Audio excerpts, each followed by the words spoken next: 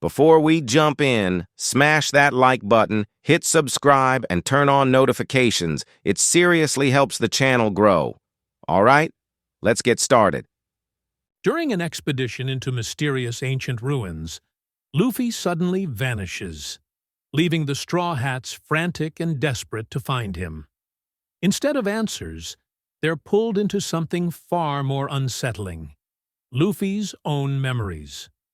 Trapped in the past with no clear way out, the crew is forced to relive moments from Luffy's childhood, moments he never shared and never planned for them to see.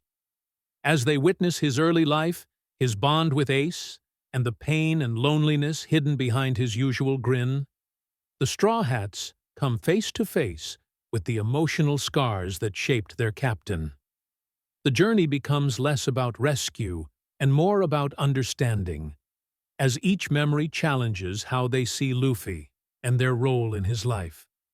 Blending friendship, hurt, comfort, and deep emotional introspection, this long, heartfelt fic explores brotherhood, trauma, and unconditional loyalty, showing that some memories are buried not because they're forgotten, but because they hurt too much to share. Disclaimer: this story do not belong to me. The author is Daughter of the Sea by Kuchiachi. Chapter 18, The Thief with a Heart of Gold. That pulls at the heartstrings, Frankie cried out. He couldn't remember ever crying more as he did tonight, and wringing out the soaked handkerchief. Those cooks weren't ashamed to cry. You could feel the love there as they waved you off, Sanji. Oh, shut up, Sanji said, trying to wipe away his own tears before they noticed. So they really did care about you all along, Chopper said happily, also having a few stray tears on his cheeks. Yes, they just didn't know how to come out and say it to your face, Robin reminded him softly, smiling brightly as she looked up to the feeble glow of the moon as she stepped out onto the grassy fields and enjoyed the soft breeze, glad to be out of that memory for the moment. It's funny, she went on, almost to herself, how the things we want to say the most are actually the things that are the most difficult to say. It's almost sad when you put it like that, Nami said softly, thinking it all over. There were so many things that she wanted to say to so many people, but she was never able to say it. Especially when it came to her mother. She stared up at the sky and stared at the twinkling stars, wondering. Sanji, however, just watched the smoke from the cigarette drift off with the wind, thinking about Zeph and the other cooks. He wondered how they were all doing right now. He hoped that they were all still alive and breathing, and didn't burn the ship down. He wanted to go back someday and really show off how strong he had become. He smiled to himself. He could show off all the cooking skills he learned since coming here, and he was sure that even Zeph would be impressed when they see his skywalk. All too soon the black sky was replaced with a sunny day. He sighed, wondering just when this monster would show up so that they could kick its ass. They were all pilled in the familiar boat and Luffy was running around, looking at everything, though there wasn't anything but water for miles around. Yosaku and past Sanji were near the front of the ship and resting there as Luffy jumped around. What's this? Brook asked, looking around. This was where we took off towards Nami-san's village, Sanji said, thinking it over. You sure took your sweet time getting there, Zoro told him irritably. Hey, you should just be happy we came at all to save your lousy ass. Sanji snapped at him. Finally, past Sanji yelled at Luffy to calm down. Still excited, he came over to sit at the very front of the boat and turned to Yosaku. So, are we getting close to where Nami is? You know, the island. So we get to see your island, Nami? Chopper asked her. Nami didn't answer right away as she looked down, feeling a little blue. While it would be wonderful to see her home again, she had mixed feelings about it all. She wasn't sure she was going to like to see herself here. Suddenly, Yosaku slammed his hand down on his knee, and got their attention. Pointing an accusing finger at him, he yelled out, "You're way too naive and way too young. Don't you get it? Don't you realize every second that passes brings us closer to the infamous Arlong?"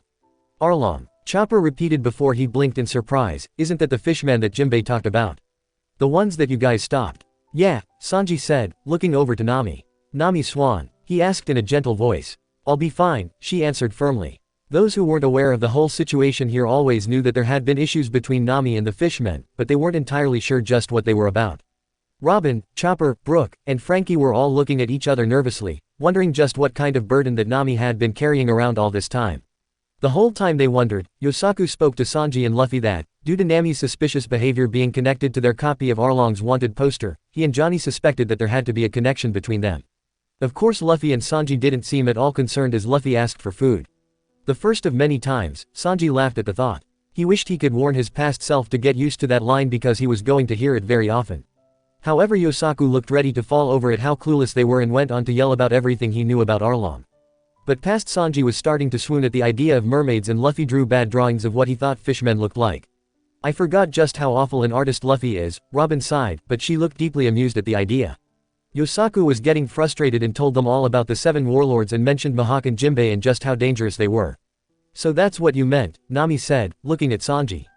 You mentioned that before. Yeah, Sanji agreed. Like I said, we first heard about Jim just before we got to your island. Up till we actually met the guy, I always believed that he was the one pulling the strings behind that Arlong bastard. Thank goodness he wasn't, Nami sighed in relief. She had really grown to like Jinbei, and if he was Luffy's friend, she just couldn't bring herself to hate him. He was nothing like Arlong, and that was a huge weight off her shoulders, and she was looking forward to the day that he joined them. Arlong has taken control of 20 towns since coming to the East Blue, Yosaku said with fear in his voice. His strength easily surpasses anyone you've encountered, including Don Krieg. He's devastating. Wow, Chopper gulped nervously, he sounds bad. Believe me, Nami said darkly, he is bad. But past Sanji couldn't understand why Nami would go after him by herself, which Yosaku responded that she was trying to get his bounty, with Sanji now fantasying about her being a mermaid. In your dreams, Nami told him in deep annoyance as the others laughed. Sanji just sighed dreamily, even now, he'd give anything to see that. Memory. Sanji went to get food done as Luffy said they would worry about it when they got there. That's just his motto, Zoro said with a shrug, adventure now, worry later. All the trouble that caused us, Usopp sighed tiredly as his stomach roared with hunger. He put his hand on his belly and moaned out miserably. What he wouldn't give for some of that food. They continued watching as past Sanji made their food in no time at all, and soon they were forced to watch them all eat. Aw man, this is torture. Frankie whined out. I'd kill for some, but then he blinked in realization and opened his stomach up to get a bottle of cola. What? Usopp cried enviously as Frankie drank it down. Damn, I wish I was you. Yep. He grinned at him. I'm SUUUUPPPPPPPPERRRRRR. The women shared raised eyebrows as Chopper went all sparkly eyes at him. But as the three were sitting down to really enjoy their food, there was a rumble beneath them. What's that? Robin asked curiously as they heard what sounded like a moo beneath the waves. Don't tell me, Nami said startled. The sea rose up on the side of the boat, and through the giant wave were a pair of horns. Ah, screamed Usopp, it's a sea monster. We're all gonna die. Would you relax? Zoro asked in annoyance when the face appeared through the water and Usopp stopped screaming at once. Past Sanji looked overboard to see a giant sea cow rising up out of the sea. He had a big round nose with a gold nose ring, cow-esque face and horns, green spots throughout his body, with a great big seal-like body. It's that giant cow. Chopper yelled, recognizing the creature at once. Ah, Robin cooed, he's sorta cute. I recognize that. Brook cried out, pointing at it, that's the same monster that we saw going to Fishman Island. Or maybe, it could be, I'm not sure anymore, yo-ho-ho-ho. It is, Nami confirmed, it's Momu. Wait, you know that thing? Frankie asked her and she nodded. Yes, she answered, I guess you can say he was the Arlong Pirates mascot. He's really not that bad. What does he want? Usopp asked, calming down. He found it kinda hard to really be afraid of something that looked like an oversized cow. He's hungry, Chopper said, listening to the mooing sounds that it was making. He smelled your food, Sanji, and he wanted some. Well, at least he has good taste, Sanji said smugly. Is it really a good thing to know that the only thing that'll eat your food is a giant sea monster? Zoro asked him, and Sanji looked ready to kill as he turned his eyes, that were practically burning holes in him. You wanna say that again? He dared. Just the truth, pal, he answered as Yosaku screamed in panic as Luffy and past Sanji looked at it in mild curiosity. But when he pointed out that he wanted their food, Luffy panicked and threw a punch at him, screaming out, bad sea cow. Stay away from our food. You didn't have to do that. Chopper yelled at him as the sea cow mooed in anger and pain. You didn't have to do that, did you, Luffy? Past Sanji seemed to agree with him and told them off as he explained that all the cow wanted was food. He went to try to feed him, but as soon as Momu opened his mouth, Sanji kicked it so hard that he was thrown backwards into the sea and Chopper screamed again. What the hell are you doing? Damn jerk. Yosaku bellowed at him furiously. I knew I liked Yosaku, Zoro said coolly. He was gonna eat me with the plate, what could I do? Yo, quick pause, smash that like button, hit subscribe if you're new here, share this video, and tell me in the comments which part you're loving the most. Past Sanji asked casually, one leg up on the side of the boat, clearly waiting for it to come back up. No wonder that thing was so scared when it saw you and Luffy, Usopp said with sweat drop as he thought back to when he first saw the sea cow. He couldn't help but feel sorry for it. Why are you all hurting him? Demanded Chopper. Didn't you hear me? Sanji asked, he was going to eat me too. What? You wanted me to just stand there and eat him? Would have done us a favor, Zoro said, but his voice was drowned out when Momo roared in fury, falling towards them, but Sanji ran up the mast and kicked him so hard in the neck that it hit the ocean, out cold. And to add insult to injury, Sanji and Luffy sat back down at the table to finish their food. You guys are insane, Yosaku whispered, staring at them with admiration and horror. Would have been a waste of good food, Sanji said causally. Soon enough, the boys finished their meal and tied a rope around Momu's horns once he woke up tearfully. Onwards cow, Luffy cried out, and terrified, Momu set off. So you guys did have experience getting a giant monster to pull your ship. Frankie laughed as he remembered how Luffy wanted to find a monster to pull the Sunny. I suppose, Sanji shrugged, and soon they were almost flying across the water as Momu pulled them. But the landing was much to be desired. Landing, repeated Brook in confusion, but they just flew along the water and Sanji said tiredly, I'm sure you'll find out soon enough, he said. And he was right. Only 15 minutes later they spotted land in the distance. Nami stared at it, suddenly having violent flashbacks of this place that felt like someone was beating the inside of her head with a hammer. As she tried to master the surge of emotion inside her, Luffy jumped to the bow of the ship, and enjoyed the ride, yelling out that he could see Arlong Park from here to the other two. Hey, that really does look like Sabayati Park, Frankie yelled, shielding his eyes from the sun to look at it. Yes, and I guess you can say it's very similar to it, Nami said so quietly that they hardly heard her over the noise that Momo was making. This is Arlong Park. This building, several stories high and Arlong's Jolly Roger at the top, was conspicuously placed at the coast to show that they had no fear of the law and where the pool on the outside was linked to the outer seas, for Momo to go in and out of, with a pair of steel gates that kept it closed. The building itself was modeled after the main building in Sabayati Park, but her eyes were focused only on the left window at the top floor. This place reflected the cruelty of Sabayati Archipelago's slave trade. Nami? Robin asked softly and Nami blinked in surprise. She hadn't realized that she was shaking. She shook her head hard before she forced a smile. It's all right, she told her. It's just, this place brings back a lot of bad memories. She smiled again as she looked on. It's part of a past that I prefer not to think about. But, it's all history. I'm fine. I mean, ever since we started jumping through Luffy's memories, I guess I always knew that we'd see this again. But what exactly is this place? Chopper asked quietly. She didn't answer as she watched it. She had thought she'd never see this terrible building again, but, she looked down at her feet. She wasn't looking forward to the idea of seeing Arlong again, however, she reminded herself that she would get to see this place get destroyed a second time. Feeling a little comforted by that, she glanced back up as Luffy yelled excitedly from the front, and yelled at Momo to pick up the pace. I feel sorry for it, Yosaku said with his hand on his chin.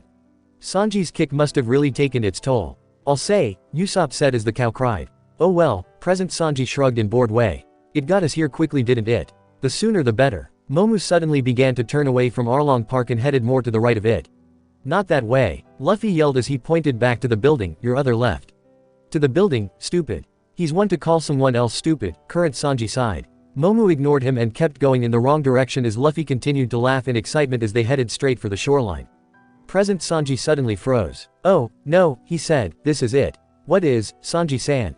Brook asked curiously as they almost reached the shore. Just brace yourselves, Sanji said, getting ready, I think this is the first time I've ever been on a flying ship. Flying, Robin began, but when Momo crashed into the shore, they found out. They hit it with such force that when the sea cow hit, it knocked itself out and launched a little boat right into the air so that it was sent soaring across the island. Awesome, Chopper cried out as they flew over the thick forests and landscapes, the wind whipping past them. Oh, it's almost like we're flying, Luffy exclaimed happily. We are flying, you moron. Past Sanji yelled as he and Yosaku clung on. So that's what happened, Zoro said bitterly, a vein standing out on his forehead as he remembered what happened next. Too bad we won't be flying for much longer, Robin said, looking over the side of the boat to see the trees getting closer and closer. I hope that you don't end up crashing and breaking bones. Why, Robin? Whispered Usopp tearfully, why are you always doing this? No, we're falling, Yosaku screamed. Luffy gave a scream of delight as they descended into the forest and started to slide across the ground like a skatewood on ice. Landing successful, Luffy cried happily. Don't know why he'd think that, Frankie said, looking around. But Luffy suddenly stopped laughing and was shouting out, hey Zoro. Oh no, Zoro groaned, knowing just what was going to come. And there he was. His past self was standing there staring at them with a gaping mouth. Zoro, get out of the way. Chopper screamed, but too late. The boat crashed into him like how the Rocketman once crashed into Frankie back at Eni's lobby. The pain didn't last long however as they finally burst through the trees, over some wetlands and they finally crashed right into a high cliff, destroying the boat. Everyone stared at that. Dude, Frankie whispered staring at Zoro, who was looking angry. Did they just run you over? I guess you were just in the wrong place at the wrong time, Robin stated. But Sanji was roaring with laughter, holding onto his stomach as he cramped up. God, how could I forget that? I love that. That had to hurt. I'm going to cut you up later, Zoro promised threateningly as the past selves now tried to get out of the wreckage. And what a waste of a perfectly good ship, Frankie sighed sadly. But if you're going to make an entrance, I can't think of one to grab your attention more, Robin giggled. Too bad that no one else saw it. As the smoke and dust of the crash disappeared, Luffy's voice was calling out, awesome. We're here guys. After dusting off his hat, he was standing up and looking around eagerly as a muffled voice beneath the boards. What the hell, past Zoro forced the boards off him, screaming out at them all, were you doing? I thought it was obvious, Brook laughed happily as they laughed at past Zoro's state. Now I know what happened, Zoro said shaking his head, that didn't make it any better. But really, Luffy's the only person I know who can do something like that. What do you mean? Luffy asked innocently as he stood up. Sanji was still sitting on a crate, also a mess, but didn't seem to have moved from his seat. Yosaku on the other hand was in the background, his legs up in the air as the rest of him was buried in the debris. We're here to pick up Nami, duh, Luffy went on as if it was obvious. How come you haven't found her yet? He paused and thought as if he just remembered something, oh yeah, and what about Usopp and Johnny? Funny that me and Johnny were like side notes, Usopp sighed in annoyance. But past Zoro's eyes suddenly widened as the mention of Usopp. Usopp, he exclaimed as he stood up. Oh no, come on, we gotta hurry. He started to run off. Why? What's wrong? Luffy asked after him. That dumbass was caught by Arlong, he explained quickly. We gotta hurry before they kill him. What? Brook said in worry, you were captured, Usopp-san. Yeah, Usopp answered, remembering what happened now before he started to lie. But you see, I actually snuck into Arlong Park and was planning to rescue Nami all by myself. Really, I could have escaped any time that He's already dead, a familiar voice stated for them. Jumping at the voice, they looked up in time to see Johnny slowly coming towards them. He was looking tired and out of breath as tears fell from his eyes. What? Zoro exclaimed as he came towards them. Yeah, Usopp's right here. Chopper added, pointing to their Usopp. We're too late, Johnny continued numbly as he fell to his knees in front of them, big bro Usopp is dead. What's he talking about? Frankie asked in confusion, looking up at Usopp. Why is he lying about something like that? It's not funny. He's not actually lying, Usopp told him, because I guess it must have looked like she killed me. Who did? Robin asked softly. But Johnny answered that as he punched the ground bitterly and cried out, Nami, murdered him. They all stared at him as Chopper and Brook screamed at the thought. I didn't really do it. Nami yelled at them, I had to make it look like I killed him. What? Frankie asked, not getting it. He wasn't the only one. You can't be serious. Yosaku cried out. But it was Luffy who was looking furious, shouting out, that's a lie. Yeah, it's true, Johnny exclaimed as he fell back to the ground and sat cross-legged. She was a traitor all along. She's been winning Arlong's favor so she could have the treasure buried in Kokoyashi village all for herself. He slammed his hand on the ground, that woman's just a cold-hearted killer. She won't stop till she gets what she wants. Nami had us fooled the entire. Nami? Robin asked softly, looking to her, why do I get the feeling that's not true at all? Her eyes were hidden behind her eyes as she answered, because it isn't. Parts of it are true, but believe me, I never wanted to get anyone else killed because of me. Anyone else? Brook repeated to himself quietly. But Luffy wouldn't hear any more of it. He charged again and screamed out that Johnny was a liar as he grabbed him by his collar and shook him so violently that he even let his hat fall off. Say another word and you'll regret it. Startled, Nami looked up at him. How could he be standing up for her like this? Johnny was a friend to him as well, but to threaten to hurt him if he insulted her. Why would he? Easy Luffy, this has nothing to do with Johnny, past Zoro said in a calm voice. Johnny turned his head. Go on, believe whatever you want. But I know what I saw. Nami killed big bro Usopp. Shut your mouth, Luffy yelled as he shook Johnny again, refusing to believe anything he said. Never in a million years would Nami kill Usopp. She wouldn't do that to her friends. Well, he's right about that, Nami said, tears starting to come to her eyes, truly touched by his defense of her. As much as she loved money, however, she'd never sell out a friend when they had done so much for her. It was her fault that he was there anyway. Faking Usopp's death was the only way she could get them both out of that mess. Yo, quick pause, smash that like button, hit subscribe if you're new here, share this video, and tell me in the comments which part you're loving the most. Though the long-nosed liar did get on her nerves, she could never just stand back and let him get himself killed. But I saw it. Johnny stammered out as Luffy looked like he was ready to throw a punch.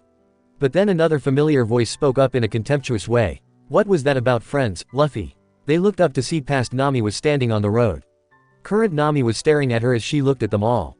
She had changed into a green spotted shirt and was now sporting a different tattoo on her shoulder. Instead of the graceful one she now wore, it was of a saw-nosed shark turned to the left with the tail curving inward. Around the shark is a semi-oval with 3 curves emitting from it. Seeing that disgusting mark on her skin made the present-day Nami shiver, and she reached up to touch the new tattoo, trying to remind herself that this part of her is dead. That she doesn't need to worry about it anymore. But it was hard to do that as she watched herself with her staff in her hands, arms folded, and staring at them all as if they were strangers who were bugging her. "Nami!" Luffy exclaimed in surprise as he dropped Johnny, calming down almost at once. She didn't answer for a moment as her eyes narrowed coldly, and they all had their eyes widened in surprise. That cold look in her eyes was the exact same look that Ace had when he first met Luffy. "What are you doing here?" she asked, her voice bored, as if she couldn't care less for the answer. "What are we doing here?" "You're our friend," Luffy said in surprise, "we came to get you." He picked up his hat, as she just jeered at him. "What a pest," she said. "Nami?" Chopper asked softly, never seeing her act like this before. She was completely different from before. Nami didn't say anything for a moment. "He is a pest," she said softly, before she smiled, "but I'm glad for that." "Nami-san, what is going on here?" Brook asked, not liking this. "Nami?" Luffy questioned, also wondering as she spoke in the same cold voice. "Friends, huh? Don't make me laugh. You're just pathetic enough to deserve each other," she said with a sneer that made her look quite unlike herself. "Damn you, you killed him. I watched you do it." Johnny yelled angrily, pointing a shaking finger at her, "and now, big bro Usopp is gone."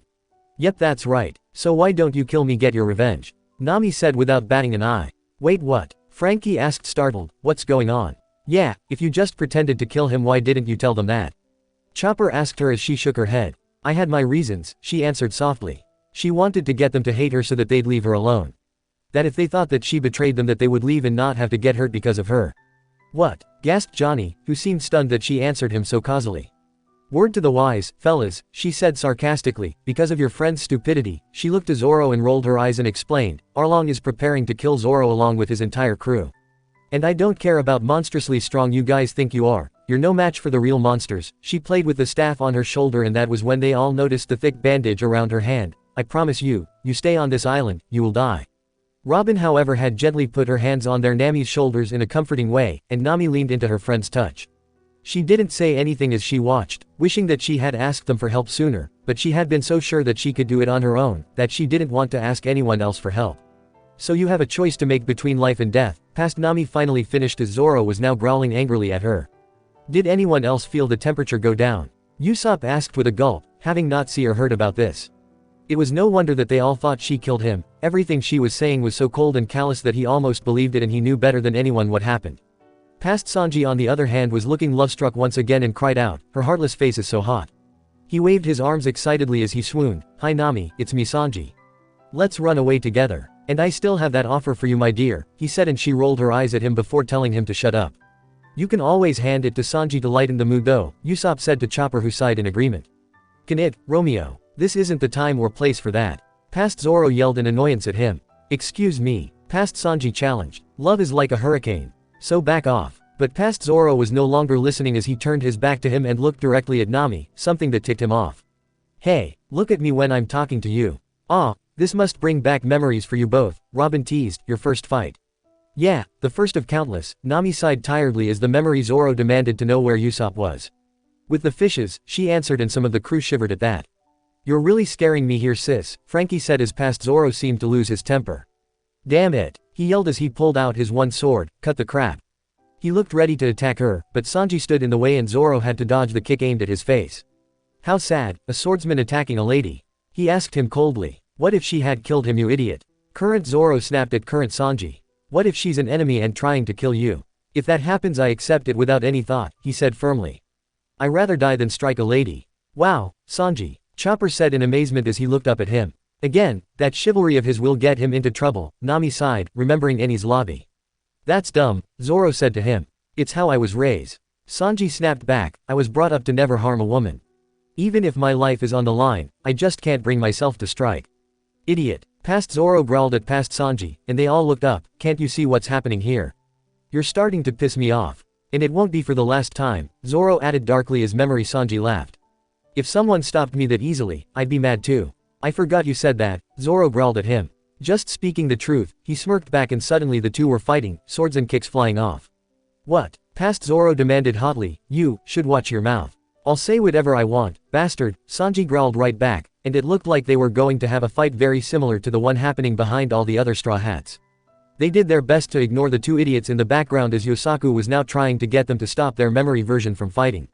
Big bros, we're all in this together, okay? He yelled, this is no time to fight. At least someone's showing some common sense, Usopp answered coolly. Your pal's right, past Nami agreed darkly, now quit your bickering and leave while you still can. You outsiders have no right to butt into this island's affairs. Don't you get it yet? The only reason I got close to you idiots was so that I could rob you of everything you had. But now that you're broke, it looks like your dream's dead. So go, take your ship. Go on, find a navigator dumb enough to join you and go to the Grand Line. Wait, you really didn't want to go with them? Chopper asked her, still in Robin's comforting arms. Of course I did, she answered softly, but I couldn't go with them, not at the time. Even as he looked confused, she knew that she'd do it all over again if she had to. Even if those words were causing her terrible pain, she found something else that she just didn't want to lose, something irreplaceable, the one thing she never really had before, friends. Continue on your quest to find the One Piece or whatever, she went on before she pointed her staff at them all, just leave here. You're an eyesore. Johnny and Yosaku growled furiously at her, looking like they wanted to attack. Convinced that she had scared them away, past Nami sighed and her eyes were now being hidden by her bangs as she told them all goodbye. But there, her voice had changed, it was no longer cold or scolding. It was sad. Robin could detect the sadness in her words and looked to Luffy. He just looked at her with that same blank stare and she knew that he could hear it too. This was how he knew that she was lying, maybe not about wanting them to without her, but there was something that she wasn't saying that got his attention. Nami, he said softly. For a few more seconds he stood there before he closed his eyes and fell back onto the ground. Big bro Luffy, Johnny exclaimed in surprise. What just happened? Brook asked in surprise, did he faint? Sleepy, Luffy stated. Sleep, Johnny exclaimed in disbelief as Brook almost fell over at that. Right now, in the middle of the road.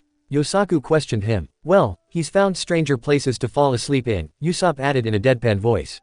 Well, I'm pretty tired, Luffy answered coolly before he yawned. I'm not gonna butt in their affairs, not interested. But I'm not leaving either. Night. Yosaku's jaw fell open, unable to believe what he was hearing. Big bro. Johnny stuttered and even memory Zoro face-palmed himself at those words. He doesn't make any sense sometimes, Frankie said, scratching his head. Actually, Robin disagreed, I thought it made a great deal of sense. When you're tired, you naturally want to sleep. That's not what I mean. He said loudly as memory Nami seemed to snap. She lost all coldness in her expression and she was now shaking with rage and she finally screamed out, whatever. Just go ahead and die. And without a backward glance she turned and went running away as fast as she could, as if afraid to stay near them any longer as the memory faded around them. Was that really you, Nami-san? Brook asked her after a few minutes of silence. Yeah, Nami answered softly. Why were you so angry then? Usopp asked quietly. You know if you told us the truth, we would have helped you. I know, she answered, She trailed off, unsure of what it was she even wanted to say anymore. More than anything, I guess I was just angry that Luffy didn't seem to believe me. If you didn't say goodbye, it would have been harder for him to believe, Robin answered her, and she looked up in surprise. Robin smiled back gently, if you didn't really care, you wouldn't have said that. I could hear the despair in your voice. That's how I knew you were hiding behind that facade. I guess that Luffy could also hear it and decided that he would stay a little longer and see for himself. You really could? Usopp asked in surprise, I couldn't really hear anything like that. Robin shrugged back. I can't say to know what's going on in the captain's mind, but I'm guessing that he wanted to stay until he was convinced that you truly didn't want to go, Nami. Nami blinked before she smiled. I'm glad that he did, she said softly before the yelling and slashing behind her finally got to her and she screamed at Zoro and Sanji to stop fighting. Looking bruised and had cuts, they looked up in annoyance of being interrupted in the middle of their fight.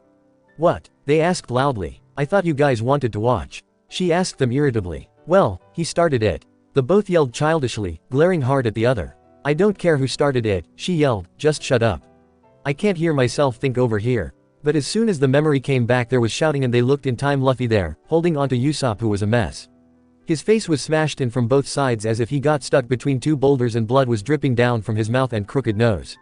Usopp, he screamed out, shaking him a little. EHHHHHHHH. Screamed out Chopper as he ran over to get a good look at him. Nami, what did you do to him? I can see why they thought you killed him, Frankie whispered, sweat dropped. I didn't do that, she yelled. Nope, Sanji said, finally out of battle mode, and laughing in an almost embarrassed way as they looked at the damage.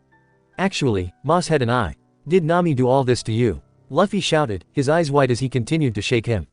Past Sanji answered by pointing to Zoro and explained, sorry, Zoro and I did that. No, you did, Memory. Zoro disagreed darkly. And why would you hurt your own friend? Brook gulped, feeling pity for Usopp. He wouldn't want to be caught between these two. It's not our fault, Sanji said defensively, me and Zoro were fighting and he ran between us. He should have known better. I remember, Usopp said, rubbing his long nose and remembering just how much pain he'd been in. He could still swear he saw a glimpse of the afterlife for a moment. You two were lucky that you didn't kill me. Yeah, that would have sucked after pretending to be killed by Nami, Robin agreed and Usopp felt cold at the thought. Why does Robin do that? Memory. Usopp was slowly coming to and had to focus hard on Luffy. Luffy, you're here now. Yep, sure Luffy answered, sounding truly relieved that Usopp wasn't dead. I'm here too. Hi there, Sanji greeted and Usopp seemed to have instantly recovered as he stood up and began yelling, one of these days I'll kill you.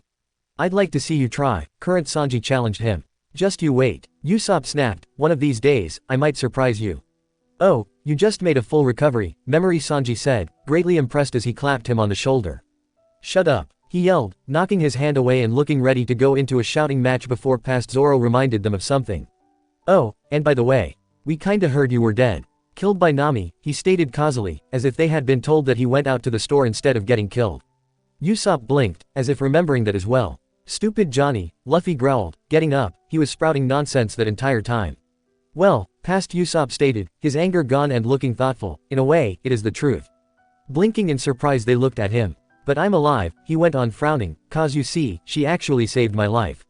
They looked completely lost as he explained everything. The fishmen had captured him and were going to kill him, but he made things worse when he asked Nami for help, which made the fishmen suspicious of her. He then used a smoke star to try to escape but Nami intercepted him and announced that she would kill him herself. However, instead, she stabbed her own hand to make it look like she killed him before she kicked him into the ocean so that he could swim away. When they told him that Johnny said that he saw the whole thing, Usopp supposed that Johnny must have been watching from a safe distance and was tricked like the fishmen. You did that? Brook asked Nami, rubbing his own hand. Not just anyone would do something like that. There wasn't any other way I could think of, Nami answered before glaring at Usopp, but it is your fault you know.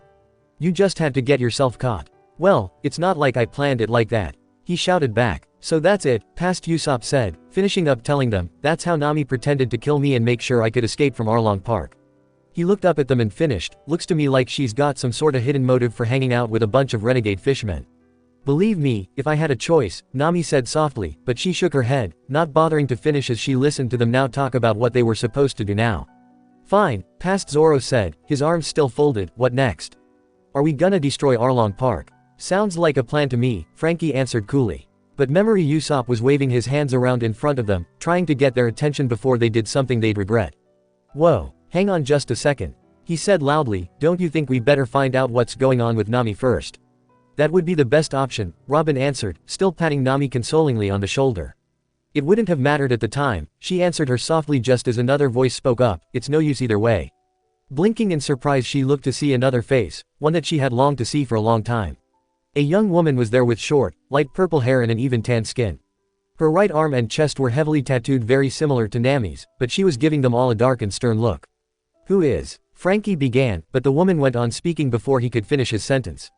No matter what you guys do, Arlong's rule won't come to an end, she informed them.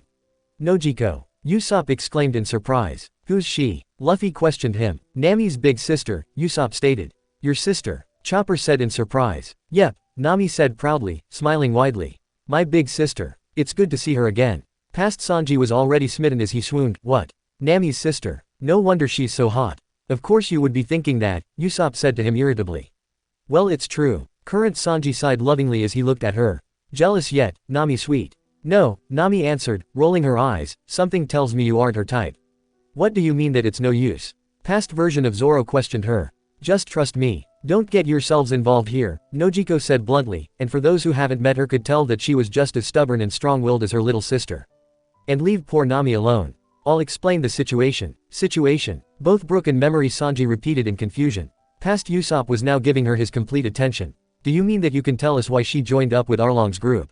He asked. Yeah, Nojiko admitted, folding her arms. And if that doesn't get you to leave, I don't know what will.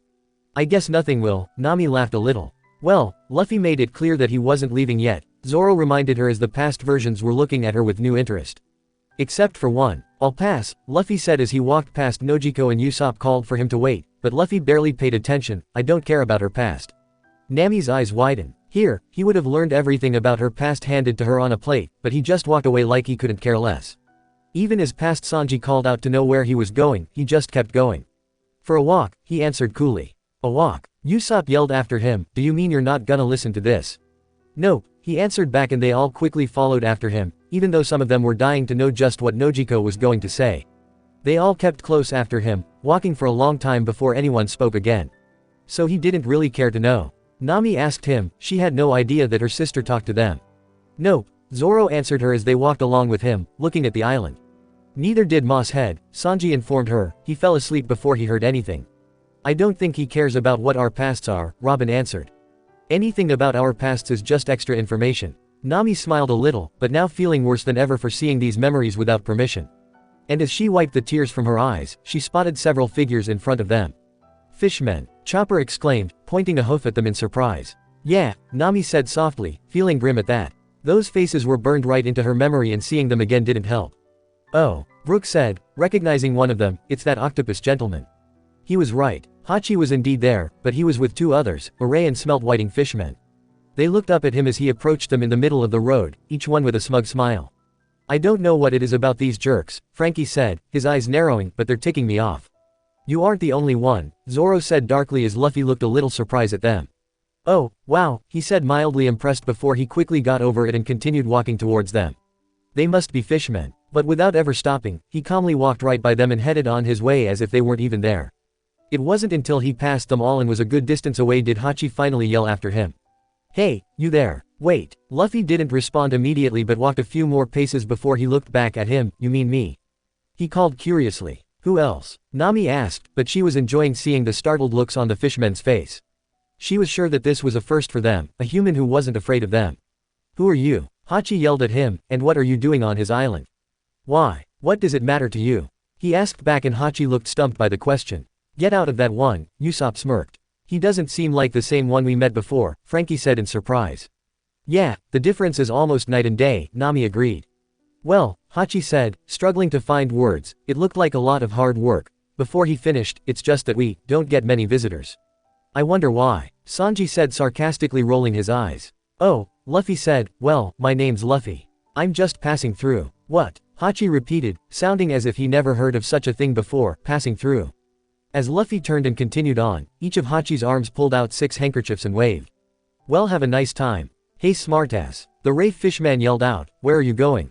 Heck if I know. He answered back calmly. Boy, he's not afraid at all, Usopp said with admiration as he watched on. Of course not, Zoro said coolly, his one eye narrowed in dislike as he looked to the 3 there. They aren't worth fearing. Just a bunch of thugs.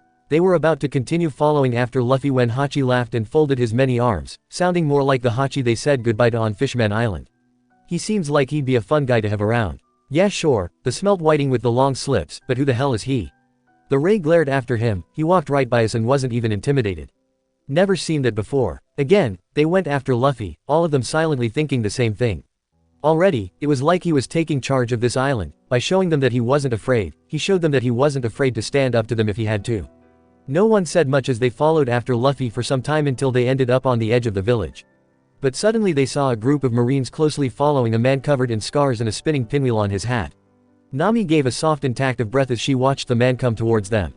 Genzo, she whispered. Back home, Genzo acted as a father figure to both her and her sister, especially after their mother's death. But her smile soon faded when she saw who was behind him.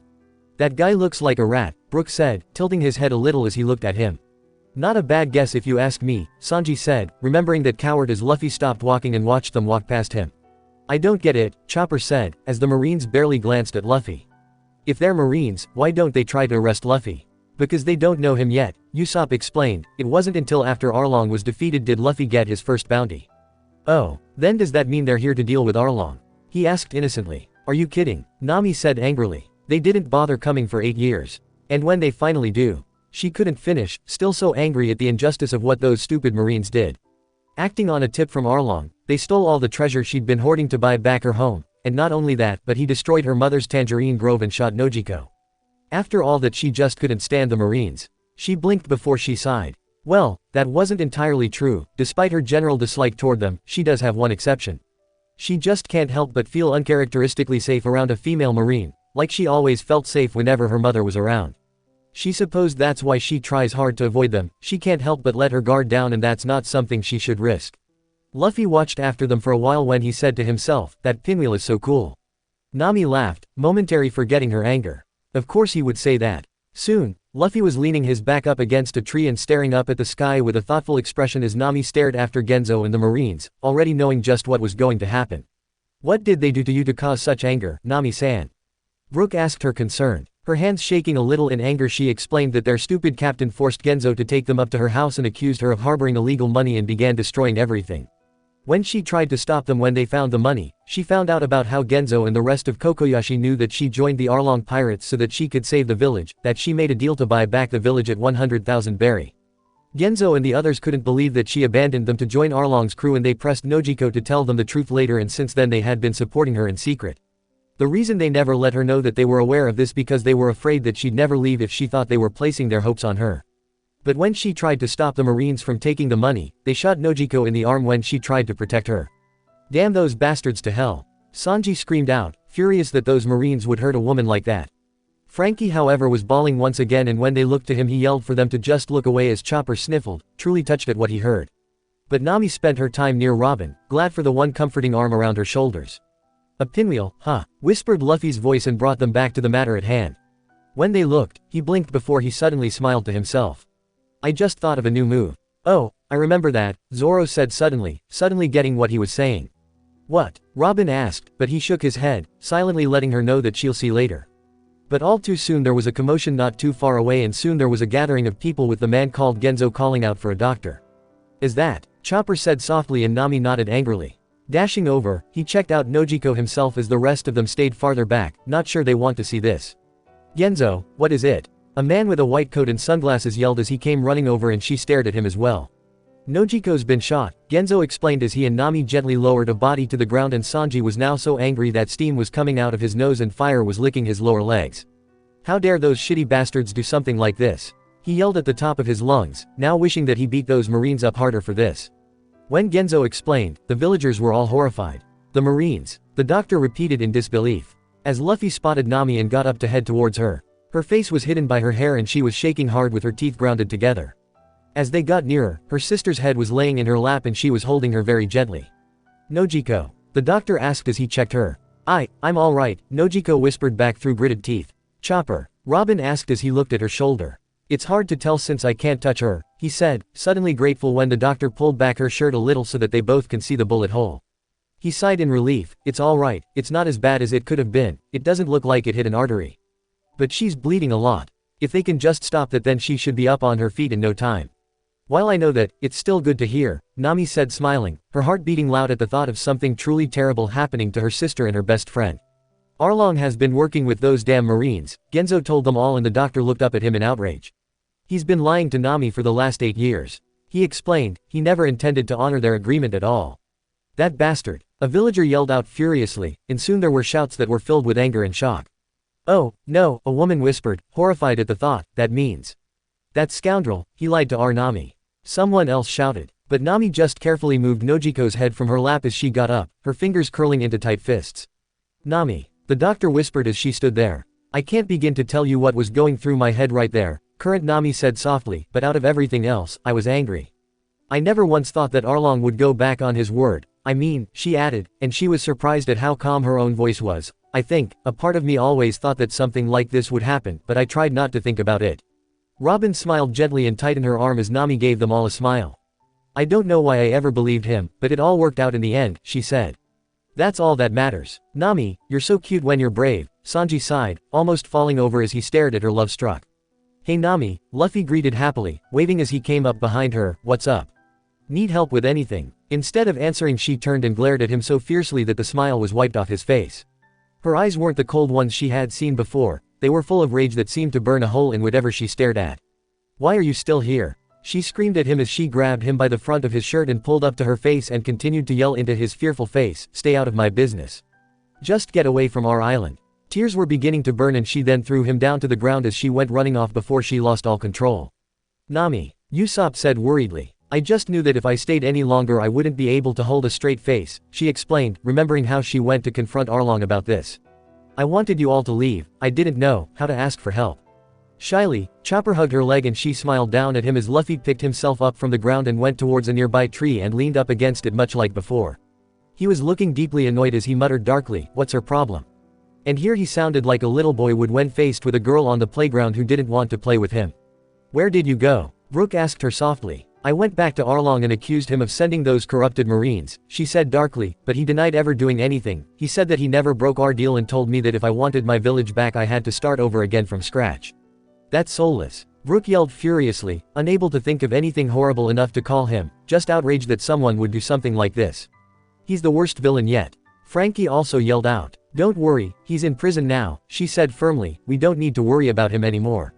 Luffy continued to lean against the tree as the other 3 crewmates arrived together. All of them were close together so that they could see what was going on, but out of the way so that they couldn't be seen. Here, what looked like the entire village was out holding weapons, mostly things like clubs and homemade spears that were knives tied to staffs.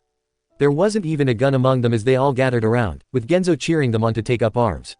"What's going on?" Chopper asked, though he already had a good idea to what was happening. "The only reason they put up with him was because of Nami," Zoro answered, having stayed quiet the whole time as he watched the mob all gather in the square.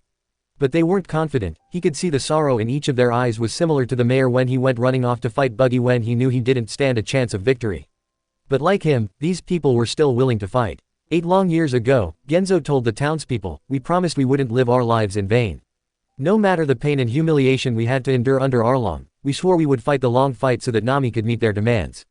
But they lied," he shouted out, getting them all riled up. "They never intended to keep their end of the deal. Instead they stole our only chance at freedom. So now," his eyes were bloodshot as he finally called out, "we should make those filthy fishmen pay for the years they manipulated a kind young girl. Am I right?" "Yeah," Chopper cried out with them, forgetting that he wasn't part of the mob. "Yeah, let's do this," someone yelled out. "We've always been ready to fight those monsters." Someone else yelled, "Time to show those lousy, stinkin' fishmen what we're made of." More shouts came and they were all ready to go. The past versions of the 4 Straw Hats were all watching calmly. They looked like they wanted to join in, but something seemed to be holding them back. But what that was became clear when they heard someone shouting for them to stop. Looking up the road, they spotted Nami coming towards them with a big forced smile, but the present-day Straw Hats knew her well enough to see that she was fighting back tears as she came towards them. "Calm down. It's not that much money. I can make it back in no time. I'll take care of it. Don't worry. You didn't really think that it would work, did you?" Robin asked her softly. "He betrayed you once. I didn't know what else to do," she answered calmly, hating seeing this version of herself. No one else said anything, though in truth, they had no idea to what they could say to her. But each one was feeling rage surge inside them at the thought of what Arlong had done. Each of them wanted to go to Arlong Park and destroy that entire building before breaking Arlong's face until there wasn't anything left. "It'll be easy this time, I'm used to it. I'll be fine," past Nami said, still in that fake confident voice that fooled no one. "Just relax, it'll be okay. Hey, it's nothing compared to back then." She came in front of them. "Come on everyone, I'm perfectly fine." The Straw Hats each felt as if their insides were shriveling up at how hard she was trying.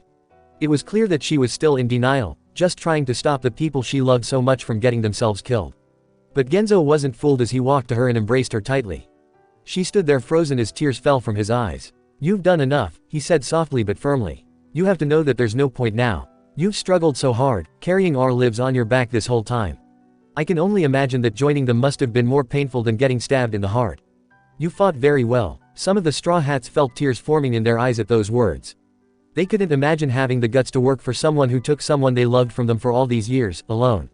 Usopp sniffled, feeling shame once again at the memory of how he was so close to wimping out and lying about fighting that stupid fishman.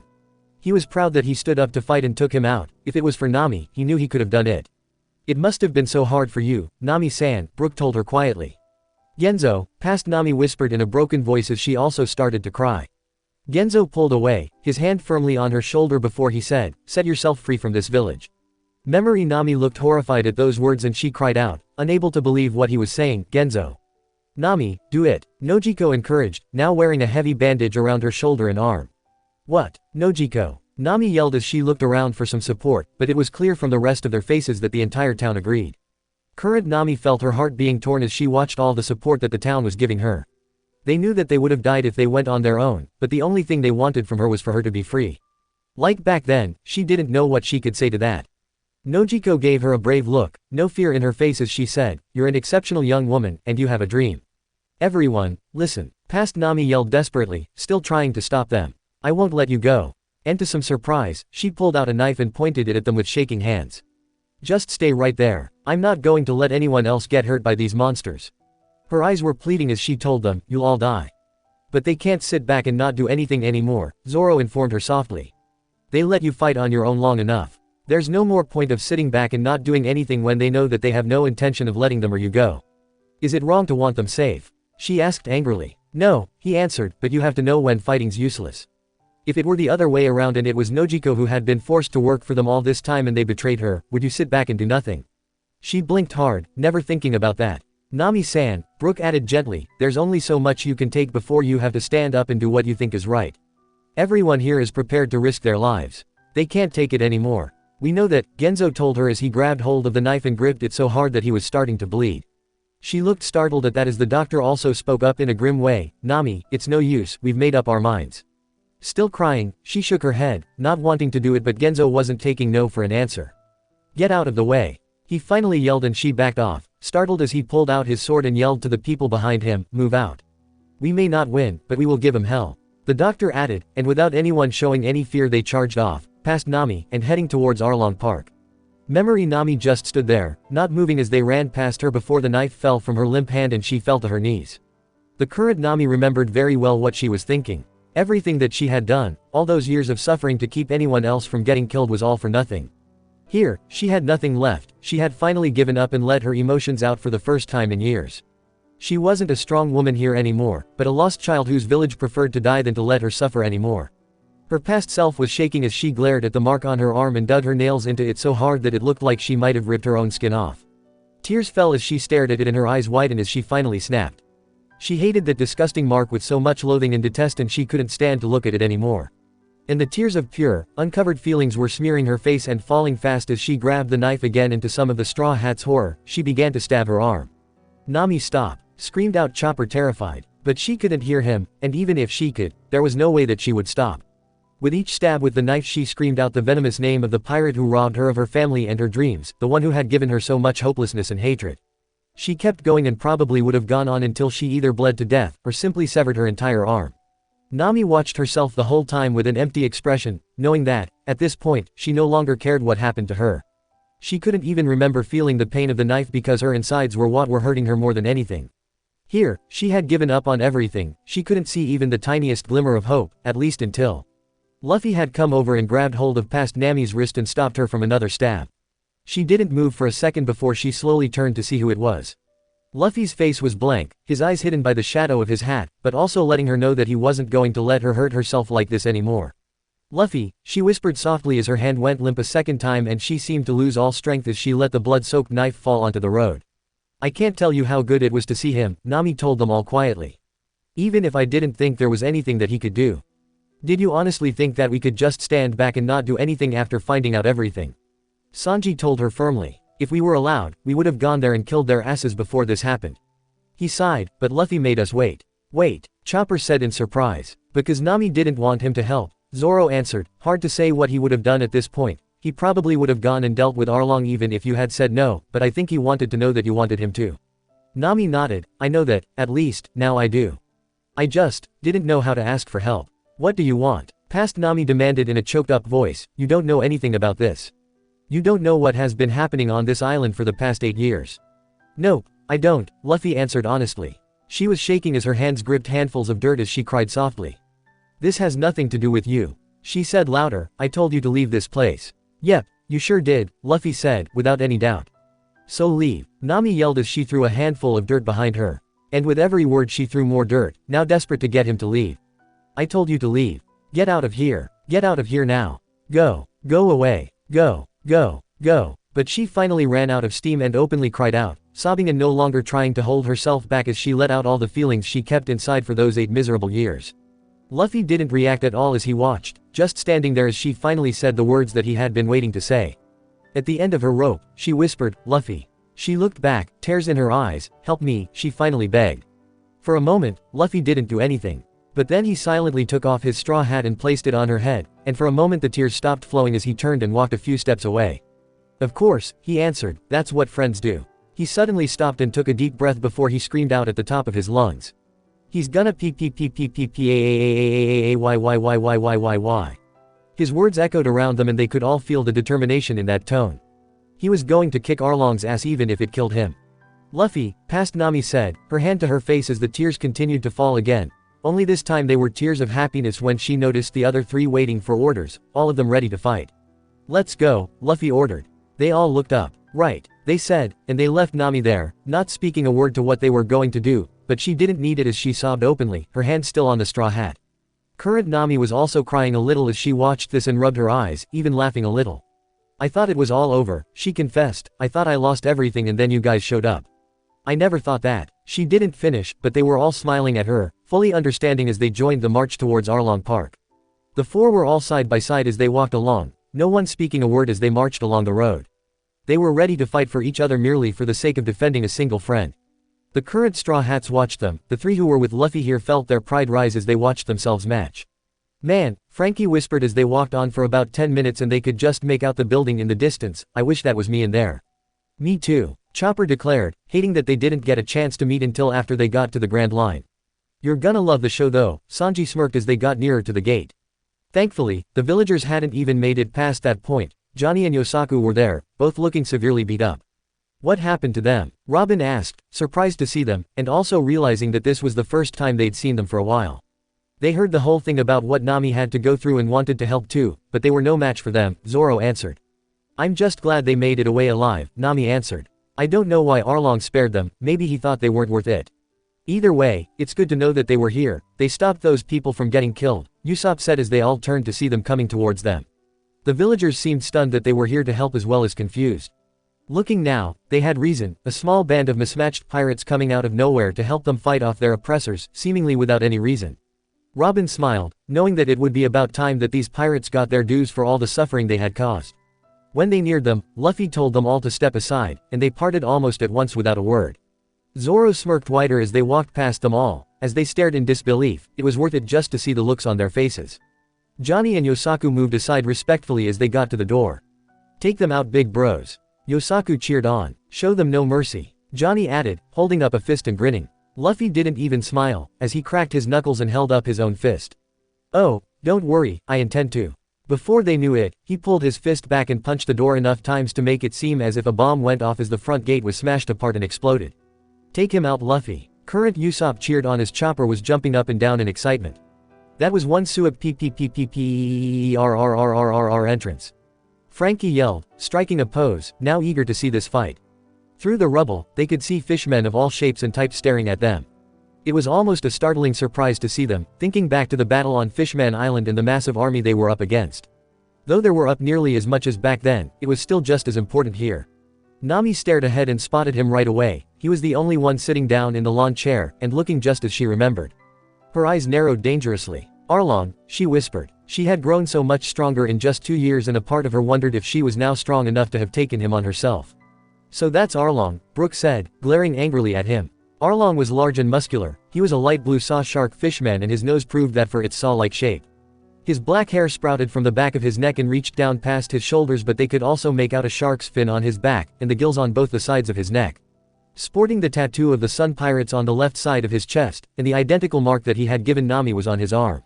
His eyes were wide in shock as he looked at him. What the? Bet they didn't see that coming, Frankie laughed. Please, Zoro said, they haven't seen anything yet. Now, which one of you is Arlong? Luffy asked threateningly, holding up his fist and glaring at each one of them, daring them to speak. The fishmen all glared at him, all of them outraged that they had come here on their turf. Once the shock was over, Arlong leaned back in the chair, not believing that he was worth the trouble. Arlong, he repeated darkly, well, that just so happens that I'm Arlong. Luffy walked to them, his head held up high and without a fear in the world as he marched in.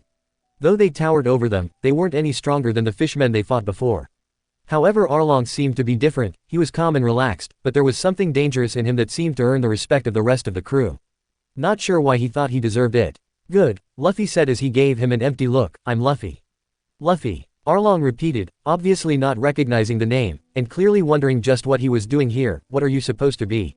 A pirate, Luffy answered bluntly. Hachi, who was right next to Arlong, looked surprised before he pointed wildly at him. Nayu, hey, that guy. Wait a sec, I remember him. He's the guy who likes to go on walks. Really? Sanji asked sarcastically, rolling his eyes. What an idiot. Hold it right there, one of the fishmen said as he and another attempted to cut Luffy off. Where do you think you're going? You wanna talk to the boss? The other asked. Well, you gotta talk to us first. Get it? They smirked evilly as they put their hands on his shoulders, but Luffy banged their heads together and knocked them out as he told them to all move it. The other fishmen looked startled at that as he walked right up to Arlong. You're gonna love this part, Nami, Usopp promised, remember this and was eager to see it a second time. So what does a pirate want with me? Arlong asked causally, though there was a hint of irritation in his tone. Luffy stopped in front of Arlong. He glared at him for just a moment longer before he seized his wrist and threw it back, and by the time he swung it back, he sucker-punched Arlong so hard that he was launched from his chair and hit the ground, rolling over several times before was smashed through the wall. Nami smiled, they had no idea how long she had waited to see that. That's how you do it. Chopper yelled joyfully with Brook as Robin smiled proudly. Sanji nodded firmly. I'm only sorry Luffy didn't hit him harder here. Be patient, Zoro reminded him as Arlong pushed himself from the rubble. Everyone was staring, slack jaw, at Luffy. Who the hell are you? Arlong demanded furiously. Luffy's face was filled with nothing but fury, his face making look like some kind of monster as steam actually came out of his nose. That's for making our navigator cry. He yelled at him. Those words made Nami feel warm inside. Luffy cannot forgive Arlong, not for all the suffering he had caused the villagers or for countless nameless people, but merely for making her cry. Couldn't have said it better myself, Sanji agreed and smirked evilly when his past self came running up behind him. After this declaration of war, the fishmen started to attack Luffy, but he easily took them all out with a few kicks. Back off. You're out of your league. Past Sanji yelled, kicking their asses and walked on to stand next to Luffy so that he could scold him for going in by himself, which Luffy responded not to worry about him, and that he could take care of these guys on his own. You fool, Past Sanji said in annoyance, I never said anything about being worried, I just don't want you hogging all the actions. Oh, Luffy said in understanding. Of course I didn't want that. Present-day Sanji agreed, after all, I wanted to be there for my sweet Nami as well. And I couldn't do that if he took care of them all. Well, Past Usopp said nervously, also coming up, I just want to let you guys know that I don't mind it if you hog it all. Memory Zoro came up and rolled his eyes, I see that you're raring to go, as usual. And you haven't changed since then, current Zoro teased as Usopp sighed, not even bothering to tell him off. As soon as he saw him, Hachi cried out in anger that Zoro tricked him before. Tricked him, Robin repeated, looking at him in surprise. Please, I hardly said anything, Zoro answered dully, it's not my fault that guy's an idiot. But soon Hachi screamed in fear when he saw that Usopp was alive and the Ray Fishman, who Nami told them was named Karubi snarled that Nami was a traitor. You're the traitor? Robin asked, eyebrows raised, they betrayed you first. How can I be a traitor if I was never on their side to begin with? Nami asked angrily as Arlong began to laugh and sent waves of cold down her spine. A pirate. Of course, Arlong said, highly amused, this is all starting to make sense now. You've been after Nami this whole time. He burst out laughing again, louder than ever, the girl is mine and I'm not giving her up. Don't you listen to a single twisted word, Usopp said firmly, just wait until Luffy gives him the beatdown of a lifetime. I know, Nami answered, but still, she kept her hand on her tattoo, remembering how disgusted she felt with herself. She didn't want anyone to see it, that awful mark. She was just pretending to work for Arlong but that mark sewn into her skin made her feel like he owned her, like she was his pet cat or something. She felt dirty just thinking about it. Hachi also laughed as he walked up confidently, a bunch of idiots like you aren't worth Arlong's time. He declared, we know how to deal with you. And he blew through his long mouth like a trumpet. Is that like a dog whistle? Robin asked curiously. Dog whistle, repeated Brook in surprise. It's a special whistle that emits a high-pitched sound that only dogs can hear, she answered, it calls dogs to you and I'm starting to think it's the same thing here. I guess you can think that, Nami answered her as their friend from before came. Momu. Chopper yelled in surprise as the beat-up-looking sea cow appeared from the waves, still sporting a giant, swollen lump on its head. I guess it's still recovering from its encounter with you guys, Robin said in amusement as Hachi greeted him. It leaned forward to see what it wanted, but it stopped dead as soon as it saw Luffy and Sanji there. Oh, look who's back, Luffy said, folding his arms. Seems he's a friend of the fishmen, Sanji nodded in agreement. Momu was now crying as he saw them and mooing softly to himself. He's saying that he doesn't want anything to do with you two because you guys are insane, Chopper informed them. Well good, at least he learned his lesson, Sanji said as Momu turned and was about to leave, still crying as Hachi yelled after him to come back. But the sea cow didn't stop until Arlong told it to. Just a few words from him had apparently scared him enough to want to attack, too bad for him that Luffy was ready for it. What's Luffy doing? Frankie asked. Luffy stuck his feet into the cement. Putting his foot down, Robin suggested as the others all looked worried about Momu. Luffy, however, was now spinning his chest around his body several times and then stretched out to grab Momu's horns, showing off his powers. As everyone else freaked out, Zoro yelled at Sanji and Usopp to get back as Luffy yelled out, "Time for something new." And with his great strength, he was actually able to pick up Momu and was spinning him around, just like a giant pinwheel. Everything in their path, fishmen in the building behind them was either being taken out or destroyed. By the time that he was finished, there was only Arlong, Hachi, and 2 other fishmen who were left standing while the front of Arlong Park was smashed to pieces. But Luffy focused only on Momu. In the end he was finally able to throw the sea cow as far away as he could from them while the rest of Arlong's crew lay out cold all around them. Everyone was staring at him in shock. "Oh," Robin said brightly, "that's what you meant when he mentioned the pinwheel." "Amazing," cried Brook in wonder. "Luffy-san never fails to amaze me. I'm more surprised that crewmates that once sailed with Jinbei weren't tougher than this," Zoro said calmly as Luffy gasped for breath. "If they were all as strong as Jinbei was, we wouldn't have stood a chance." "Maybe Jinbei wasn't as strong as he is now," Chopper suggested. "I think it's more along the lines that Jinbei never stopped becoming stronger," Robin said softly. They looked to her. "Never stopped," Usopp repeated in confusion. "What I mean is, when they came here to the East Blue, Arlong hasn't had to fight hard battles at all, has he, Nami?" She asked her. Nami thought it over before she blinked in surprise. "You know what, you're right. He hardly ever fought. He usually just sent one of his cronies out because that's all that was needed." "I get it," Zoro nodded in understanding. "He got lazy and let himself go. Though still dangerous to normal people," Robin added softly, "he grew too cocky from being here, thinking that he was stronger than everyone else." "Well, we sure taught him a lesson," Usopp said smugly. "Just because we're born in the East Blue doesn't make us pushovers." "Well said," Nami answered smiling, now really enjoying the battle so far, now that she knows just what's gonna happen. Once he caught his breath, Luffy was yelling out, "Alright, that's it, Arlong. I'm done playing games with you. I didn't come here to beat down all your cronies. I came here to teach you a lesson." He pointed at him in a challenging way and yelled, "So step up." They looked to Arlong. Though he was still smiling, his eyes were now angry. "Oh, I will, don't worry. Actually I was just thinking about how painfully I'll end your life." He said this in what sounded like a purr, but they weren't sure Luffy heard this as the other 3 Straw Hats gathered around him and told him off for that stunt. That was the worst plan ever. Past Sanji yelled, kicking his head. "Not really," Current Sanji disagreed, "he's had stupider ideas."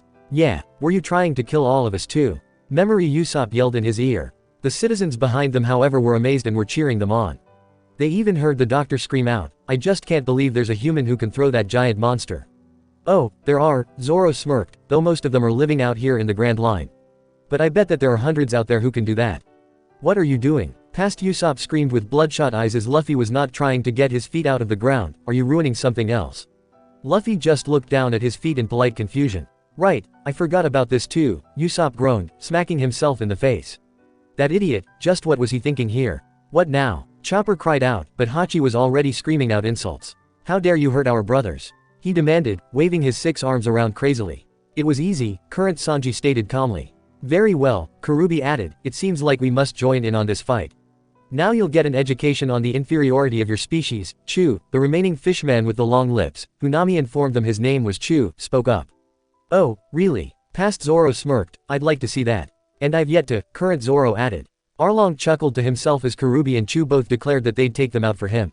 "Please let us kill these weaklings," Hachi yelled. They were all a little startled at that, and Chopper said, "I like the Hachi we met better." "I agree," Nami sighed, "she'll take this new Hachi over the old one any day." "Alright," Arlong answered agreeably, "they're all yours." Sanji and Zoro were both looking confident, however, Luffy was looking to the others and said a little nervously, "Guys. There's something I should tell you." But just as Sanji mentioned the best way to cook octopus, Hachi attacked them with his jet ink, squirting black ink at them.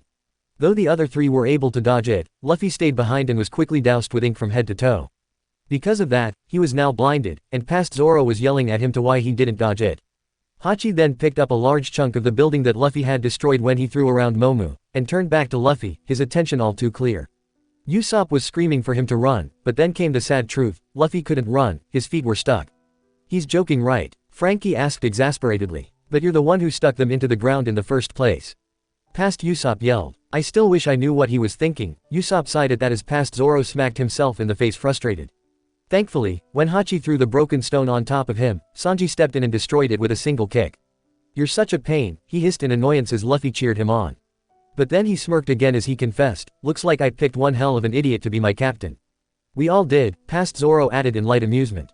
Yeah, but hey, at least we've had some good times, Usopp laughed with the other Straw Hats. Sometimes I still wonder, Sanji said as his past self also added, though in truth, our idiot captain is far better than a gang who prey on a lady.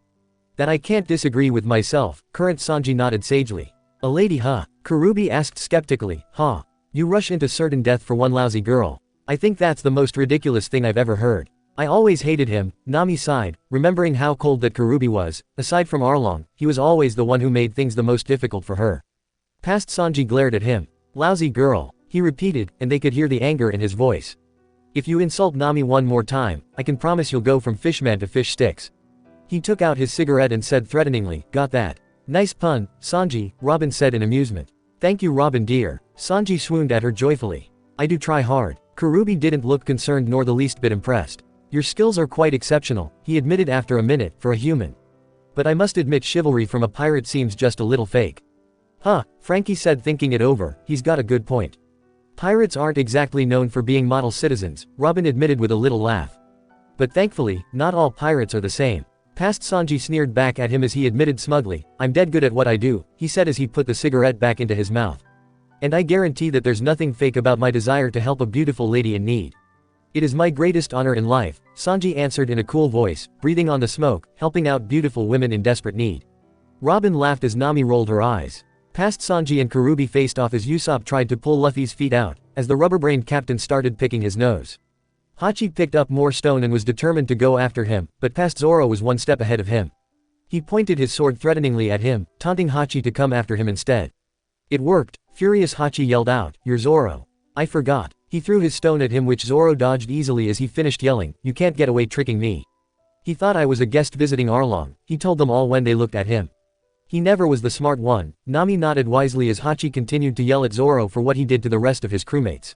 That stuff's old news octopus man, memory Zoro said, holding up the white blade, I personally don't care what reasons you have for wanting to kill me, the situation has changed. You see, the tables have turned. Holding his blade and carefully unsheathing it so that no one could miss the gleaming blade, you're not the hunters anymore, understand? Now it's you fish freaks who are being hunted. Alright Zoro, cheered Chopper excitedly, in awe as always. Yo-ho-ho-ho, Zoro-san is so cool. Brook added as Zoro smirked. Luffy. Past Usopp screamed out and they turned to see that he had accidentally let go of his captain who ended up smacking right into Chu and sent him flying back. Now angry, Chu had killing Usopp in his sights, however, Usopp went running off past all the citizens so that Chu was distracted for a moment. Once Chu realized that they were all there, he was planning on killing them all as well, but Usopp sent an exploding star at him from a safe distance away. Did you think that it would be easy?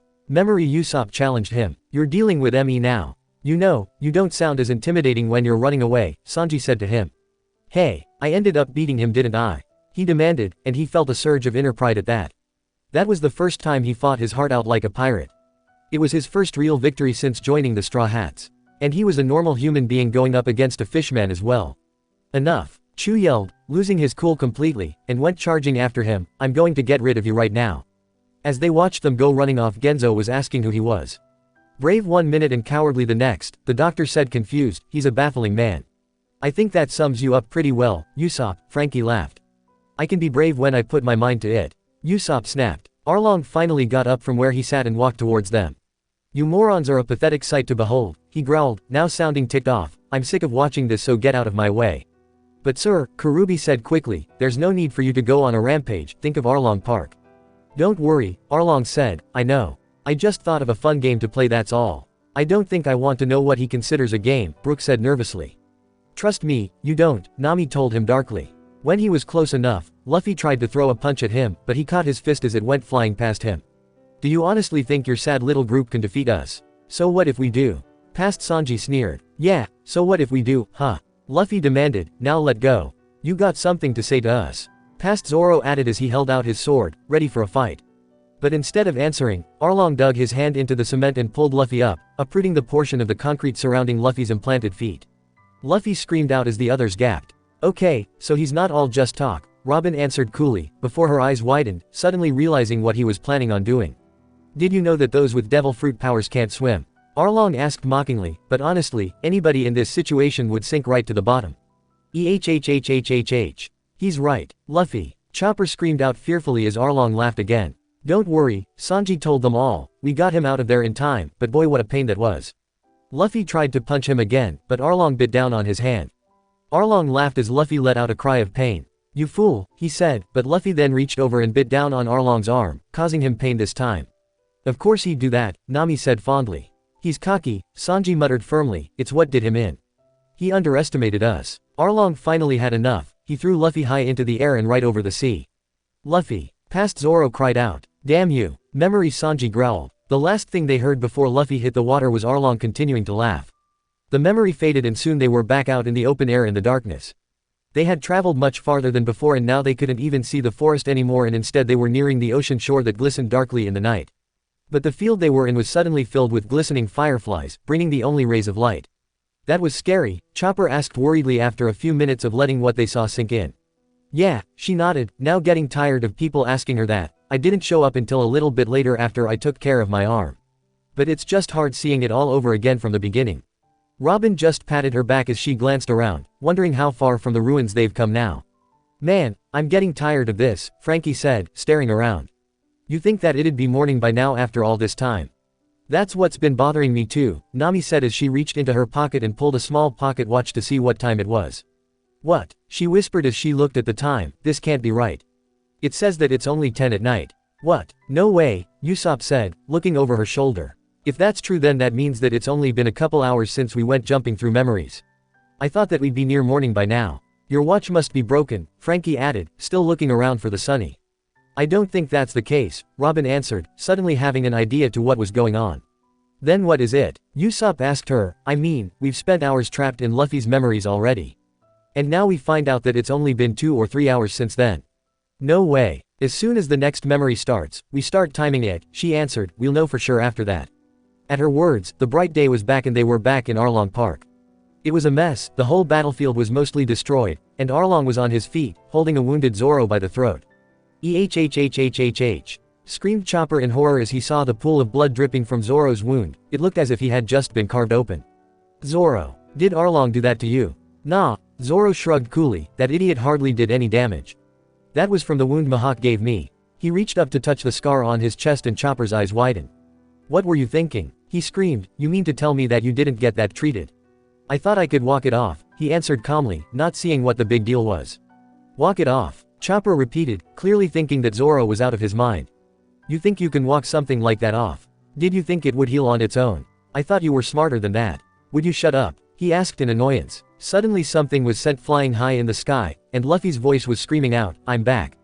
"Oh, so you got him out in one piece?" Robin answered calmly. "Yeah," Zoro said, his eye twitching horribly at the memory of what was going to happen next. "And I still plan on killing him for this." "What did he do?" Brook asked, but he didn't even finish his question. "Luffy saved Zoro by switching places with him and actually throwing him off into the distance." As Chopper screamed and made to run after him, Robin said in interest, "I wonder how far you flew off." "I landed in the water," Zoro growled as Sanji roared with laughter. But attention was back on Luffy. He was now launching several attacks against Arlong. They seemed to be inefficient against him, though Luffy claimed it was just warm-up. "Wait, what happened between you guys and the other fishmen?" Chopper asked worriedly. "Easy," Zoro answered. "I took care of Hachi, and Mr. Nosebleed took out that ray. Luffy was underwater the whole time so he missed it." "Watch it," Sanji snapped back. "And once I lured that guy into my trap, it was easy to take him out." Usopp said boastfully. "Really?" Chopper asked excitedly. "Yeah," he laughed. "Fishmen are so easy once you know how to handle them." "Yo-ho-ho-ho, that's true," Brook said happily as they enjoyed the sight of Arlong pulling himself from the side of the building that Luffy knocked him through. "What a bunch of fools," he hissed menacingly. "You think you can actually beat me? You were better off drowning on the ocean floor." "No, I don't think so," Luffy answered back, still stretching out. "I like it up here, yep." "Actually," Sanji disagreed, "I can think of better atmospheres." He looked around at all the unconscious fishmen and sighed. Why couldn't they have some hot mermaids here with them? Arlong glared up at him before he snarled, "Do you not understand my anger?" He then got up on his feet. "I saw my brothers crushed like worms. You'll realize soon enough. You should have quit fighting long ago." "Maybe now he'll see how it feels to see someone you care about being attacked like that," Nami said, her eyes narrowed in dislike. "Luffy!" Past Usopp cried from a hole in the wall and they were surprised to see him there with blood dripping down from his face. "I got your back, pal. What happened to you? You look like you were chewed up and spit out," Frankie said in surprise as past Nami rolled her eyes at him. "If he loses," past Sanji's voice said out and they looked up to see him soaking wet, and leaning up against the wall with Genzo and Nojiko. He was trying to light a wet match before he just gave up. Then we'll all, he flicked the match away, die. Yeah, Genzo agreed softly as they watched the match go flying off, almost as if in slow motion, we will. If that happens, Nojiko also added softly, it's the end of the East Blue too. So no pressure or anything, Zoro said coolly as he was now watching the standoff with Luffy and Arlong. He was interested to see what happened here. After a few minutes of silence, Arlong finally spoke. Do you know what the biggest difference between you and me is? He asked conceitedly. The nose, guessed Luffy as he cracked his knuckles. Frankie burst out laughing at that. Well, you can't say that he's lying, Usopp laughed well. The jaw, Luffy then suggested before then held up his hand, webbing. All true, Robin agreed, as the others all laughed as well. Arlong's eyes turned white in rage. Species, he screamed and he lunged forward to try and bite him, but Luffy easily dodged it. Again and again Arlong tried to bite, like a wild animal, but Luffy moved back. They went at it until Arlong had finally grabbed hold of his head and slammed him against a pillar. He would have bitten him here, but Luffy grabbed hold of his head and stretched it out of the way so that Arlong bit the pillar, and shattered it into pieces. He bit through the stone pillar. Brook cried out in amazement. Wow, if he bites you, he won't just leave a mark, he'll bite you right through your bones, Robin said and impressed. Robin, Usopp pleaded as Luffy snuck away from the collapsing building. Arlong turned back to sneer at him as if he just proved a valid point. You see, he asked him mockingly, this is the inherent power of fishmen. I feel sorry for you humans for having been created with such limited powers. He slowly walked towards him, still taunting him the whole time. We've been on a different level since the beginning of time. You are inferior, it only makes sense for you to bow before us. He stopped and stood before him as he proclaimed, you're so weak. Your presence on this planet is deplorable. Well, he just shut up. Sanji yelled, wanting to break this guy's jaw and shut him up. Blah, blah, blah, the guy bites through a rock and suddenly he's looking for a soapbox to stand on and preach to the world. Don't you think your time has come to an end? Arlong demanded again. He chuckled, as if he told a funny joke, I'll show you. Show you the real difference between you and I. Luffy just smiled as he stood up. Sure, he told him pleasantly, go ahead. There's no way I'm losing to a big fish. Because, I'm gonna be king of the pirates. Arlong picked up a piece of the stone pillar and tossed it up and down like a ball in his hands. King of the pirates. Don't be foolish. A puny human like you couldn't possibly conquer the Grand Line. You can't even crush a pillar with your jaws. And like that he crushed the rock with little effort. Why would he want to? Nami asked, shaking her head. Just because you can break something doesn't prove you're better than anyone. Oh, I think Luffy can, Frankie disagreed, he's got a nasty bite. I mean, he can bite through steel now, can't he? Yeah, so what? Demanded Luffy. He then went and broke through the stone with his fist. Stop your bragging, you aren't that awesome. Well said. Brook cheered on as Arlong looked surprised at Luffy's words. Besides, smashing stone with your teeth's not that smart, Luffy added, holding up a fist. That's right, you're the best big bro. Tell him like it is. Yosaku cheered on in the back. Yeah, yelled Johnny, also agreeing, what idiot bites a rock anyway? I don't think that's what Arlong meant, Robin said laughing. Veins stood out on Arlong's neck. Fools, he yelled out furiously, knowing that he was being mocked, that's not the point. Every member of the human race is ignorant and weak. What does that make him, I wonder? Zoro asked lightly. Arlong pointed at Luffy and demanded, what good are you if you can't even pull yourself out of the water? He then flew at him for another bite as Luffy dodged it and stretched his arms out to grab hold of a couple swords. As a matter of fact, Luffy said, pulling the swords back and then getting right into Arlong's face, I'm worthless without my friends to help me out.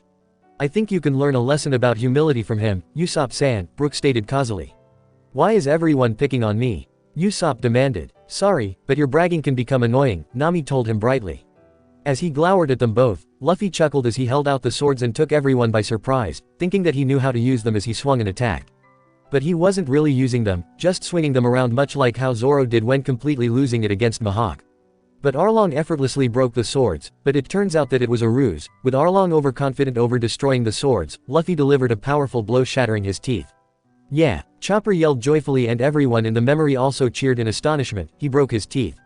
Luffy stood up and thought it all over for a moment. You're right, I don't know how to use a sword, you bastard. He yelled after the brief pause. I'm a terrible sailor. I definitely can't cook, and I can't even lie.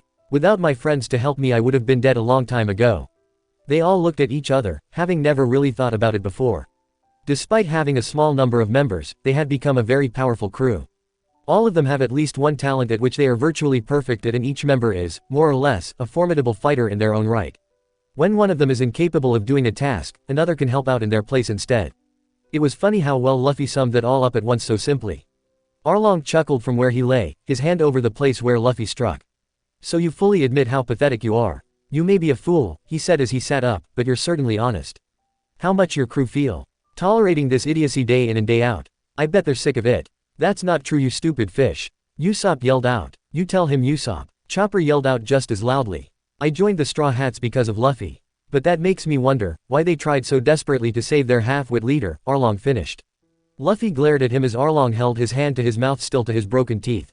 Someone like you doesn't deserve a ship or a crew. I think that he's got that backwards, Zoro said darkly, and they all nodded firmly at that.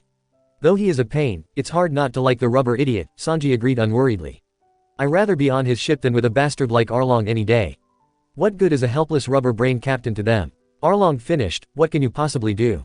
I can kick your ass, Luffy responded confidently. Usopp and the rest of villagers cheered him on as past Nami smiled. Even Memory, Sanji said irritably. Well, get to it, you numbskull.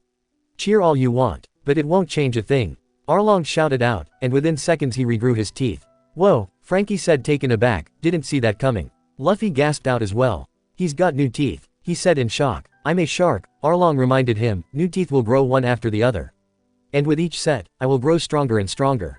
Within seconds, his teeth had regrown and, using this, he pulled his teeth out to create handheld castanet weapons for each hand. And when he attacked, they thought the worse for a minute as he laughed hysterically at each attack, one after another. However, it took him some time for him to realize that Luffy used one of his crew as a human shield the whole time. Enraged, Arlong hollered at such a dirty tactic and screamed about how he dared to use his own crewmate as a shield. But he's the one who attacked him, Chopper pointed out. You think he'd noticed that after all those attacks, Zoro said with a nod. He supposed that Arlong was so trigger happy at the thought of hurting Luffy that he just didn't notice what was in front of him. What are you talking about? Luffy asked, as if he was being scolded by his parents for something that someone else did. You're the one who attacked me, don't you remember? Don't move a muscle, Arlong warned, clinking the teeth together, rubber man. Luffy thought it over before he said, say, now that's an idea. Again Luffy was forced to dodge it before he was able to get in another kick. In the end, he was able to knock out Arlong's teeth once again and was able to steal it for him to use. Really? Exclaimed Frankie as they all felt sweat dropped at that moment. Is he even taking this seriously? I have no idea, Sanji admitted grimly. After several more attacks, Arlong finally bit Luffy hard in the side, but this time Luffy was able to use the teeth he stole to bite him back in the neck, causing Arlong terrible pain and let him go. So you used my teeth, he said as he wrenched them off his shoulder, but your puny jaws aren't strong enough. He then smiled. Now listen, sharp as my teeth are, they're only useful when they come with powerful jaws like mine. They're deadly. And with that he bit down on Luffy's arm. Chopper screamed in terror as Luffy screamed in pain. This is bad. If he tries to pull back, his whole arm could be torn off. Yeah, he really had us all scared here, Sanji said, knowing that this could have ended really bad. Big bro's gonna get his arm bitten off. Yosaku screamed and past Nami looked horrified. But to everyone's surprise, Luffy reached up and grabbed Arlong's hair. In the end, he was able to pull him down so that he could slam his foot into his head to get him to let go. They both fell to the ground exhausted, lying on their backs, both now injured. If he took just one step back, his arm would have been ripped off, Zoro said impressed. That was fast thinking, Brooks said softly. He was this close to lose his arm like Shanks-san. Oh, I doubt that he was aware of it, Nami said fondly. He just goes by instinct, almost like a wild animal. I noticed that sometimes. Arlong had gotten up, and quick as a flash, he jumped for the sea. That's not good, Robin said worriedly. Arlong just tilted the odds in his favor by doing that. Fishmen become much stronger with water. As Luffy also got up and pulled the teeth out of his side, he was already looking around just as a dark fin appeared above the water. Memory Nami was screaming for him to look at the water. Wow, a shark, he said eagerly, and the Straw Hat sighed. Really? He hadn't noticed who it was. Past Usopp almost fell over and yelled, no. That's Arlong. The fin suddenly disappeared and they were waiting for him to come out almost anxiously. Even the ones who knew what would happen were starting to grow worried as well. With the advantage of speed, Arlong launched himself like a torpedo. His attack shark dart's increasing speed was able to break through all solid objects. Luffy was sent flying and crashed painfully on the ground as Arlong went smashing through an upper floor of the building. Through the hole in the building, he stood there, still cocky. Wow, I'm impressed you could dodge that, Arlong proclaimed as Luffy looked up. Good job. But the longer you evade death, the more painful it will be. At least his death threats sound better than the other losers he's had to fight, Frankie answered as the fishman dashed down with another attack and landed like an arrow with his nose embedded in the concrete, posed there perfectly on his nose. Thankfully Luffy had been able to dodge it in time and Arlong's nose eventually broke through the solid stone. Pulling out to face Luffy, he went flying towards him again, who narrowly missed a death shot, but there was still blood splattered. After a third failed attack, though Luffy was sent flying, Arlong dove back into the sea again. The others were all screaming for him to hide before Arlong came back out as Luffy regained his footing, but he was shaking in anger as he declared that he wasn't going to hide this time. His brother is definitely a bad influence on him, Nami stated, remembering Ace's bad habit of not running. Stop being so stupid. Past Sanji yelled at him angrily, go run for cover before you become a target. No way. Luffy yelled back stubbornly, I'm not running anywhere. I'm gonna catch him and break his nose. He turned to the water and yelled, come on. You shark. He really needs lessons in name calling, Usopp whispered frustrated. But he was amused. Luffy said that he was going to catch him and break his nose and he totally did. Didn't you hear from us to go somewhere and hide? Memory Usopp yelled at him furiously, you barely escaped his last attacks. One direct hit will kill you. Luffy, listen to us. Go and hide. Ignoring him, Luffy took hold of his fingers, like he did when he was showing off his powers to Sabo, and stretched his fingers out. And then he cried out dramatically, gum gum, SSSSHHHHHIIIIIILLLLDDDD. And that's also the last time I've seen him use that technique, Sanji said coolly. This time, when he came out flying out of the ocean, Luffy had stopped him in his tracks, his fingers stretching across his face, the saw-like nose only inches from his chest. Yeah, go for it, Frankie cheered on. Laughing as he avoided the attack, Luffy was now hanging onto the side of the building as Arlong came flying up at him, which he was able to stretch his fingers out like a net and caught him as if he was fishing before finishing it up with a gum-gum spear. In just a few moves, he turned this whole fight around. Brook cried happily. Not yet, Nami said, remembering with a chill up her spine just what happened here. Here, it was the last straw, Arlong snapped, and his eyes changed, to a wild, insane look, that's similar to a monster. Oh no, Memory Sanji stated uneasily, it's the same expression that a sea king makes just before they snap. He must have snapped with Luffy's last attack. I guess he finally went over the edge, Zoro said as the red veins were standing out in those cold eyes, his head swirling around wildly, trying to find him. His eyes, past Nami whispered, her hands to her face, I've never seen them like that. It was true. Even now, she had shivers of cold going through her at seeing those horrible eyes. Here, he was no longer playing around, he was now out for blood. He was dead set on killing Luffy even if he had to destroy everything else on the island to do that. You wretched human, screamed Arlong as he grabbed hold of Luffy by the head and swung him around like a lasso before slamming him into the building. I guess we know now if he's upset, Zoro said. How can you joke right now? Chopper yelled. I'm not joking, just stating the truth, he answered as Luffy was sitting up. Whoa, that was crazy, he said to himself, it really didn't hurt but I can tell he's really matter. Mad nothing, he's nuts, Frankie said as Arlong jumped towards him and then punched through the wall when Luffy stretched to safety. But judging how indifferent he was to this, they couldn't help but wonder if this was what Arlong had planned from the start. Now he fumbled his hand around for a moment inside, he knew the building well enough to know exactly what he was reaching for. And when he pulled his hand out, they saw just what it was that they stared at it. It was a giant black pole with 6 saw-toothed patterned black blades, resembling a shark's saw-like teeth with a katana's handle. The saw blade. Past Nami screamed. That thing's gigantic. Johnny screamed as Yosaku screamed in terror. Yeah, I can imagine how much that would hurt if it hit you, Robin said calmly. With a battle cry, Arlong was now determined to end it as he jumped to the first roof with Luffy having to jump higher and higher to avoid it all. Up and up they climbed, with Arlong destroyed everything in his way. On the top floor Luffy had finally ran out of room, but then noticed the window next to him and went diving towards it, smashing through the window. The memory faded there but it came back almost instantly so that they were in the room where Luffy came crashing through the window with Arlong screaming up that he no longer has a place to run. They were in a room that was filled with maps, thousands of them were scattered everywhere in stacks, some of them still hanging from the ceiling as they were left to dry while there were shelves full of books and tools.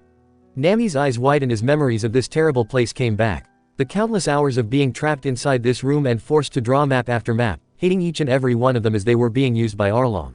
She had spent so much time here that her hands would bleed and she would cry herself to sleep every night, she had hoped that she would never have to see that again. What's this? Chopper asked, looking around at them all. All these maps. There's so many of them, Usopp said, looking around at the stacks, some were piled so high that they now stood larger than he was. Luffy was up and was now trying to catch his breath. That was a little too close, he gasped. Arlong came walking through, stepping on the shards of the broken window and glared at Luffy, the saw-like blade still in his hand. There's nowhere else to run, Arlong said in a low voice. You and me, here, the highest level of Arlong Park. He grinned evilly, and they knew that he was planning something terrible. At last, the time of your death has come. But Luffy was looking around at this place. What is this room? Lot of paper. This isn't just any room, Arlong explained, this is the room where I had Nami draw all of her sea charts for me. The Straw Hats all turned to Nami, who was still frozen where she stood as she looked at the room with wide eyes. She was shaking as if cold. Nami, Usopp whispered in worry when she didn't say anything else. But Robin shook her head at them all, letting them know that now wasn't the time. It was hard enough for Nami to be seeing this place again. This is Nami's room, Luffy questioned, now looking around with a more focused look. These sea charts are all that she's worked on for 8 years. Arlong paused for a moment as he looked almost fondly at the maps.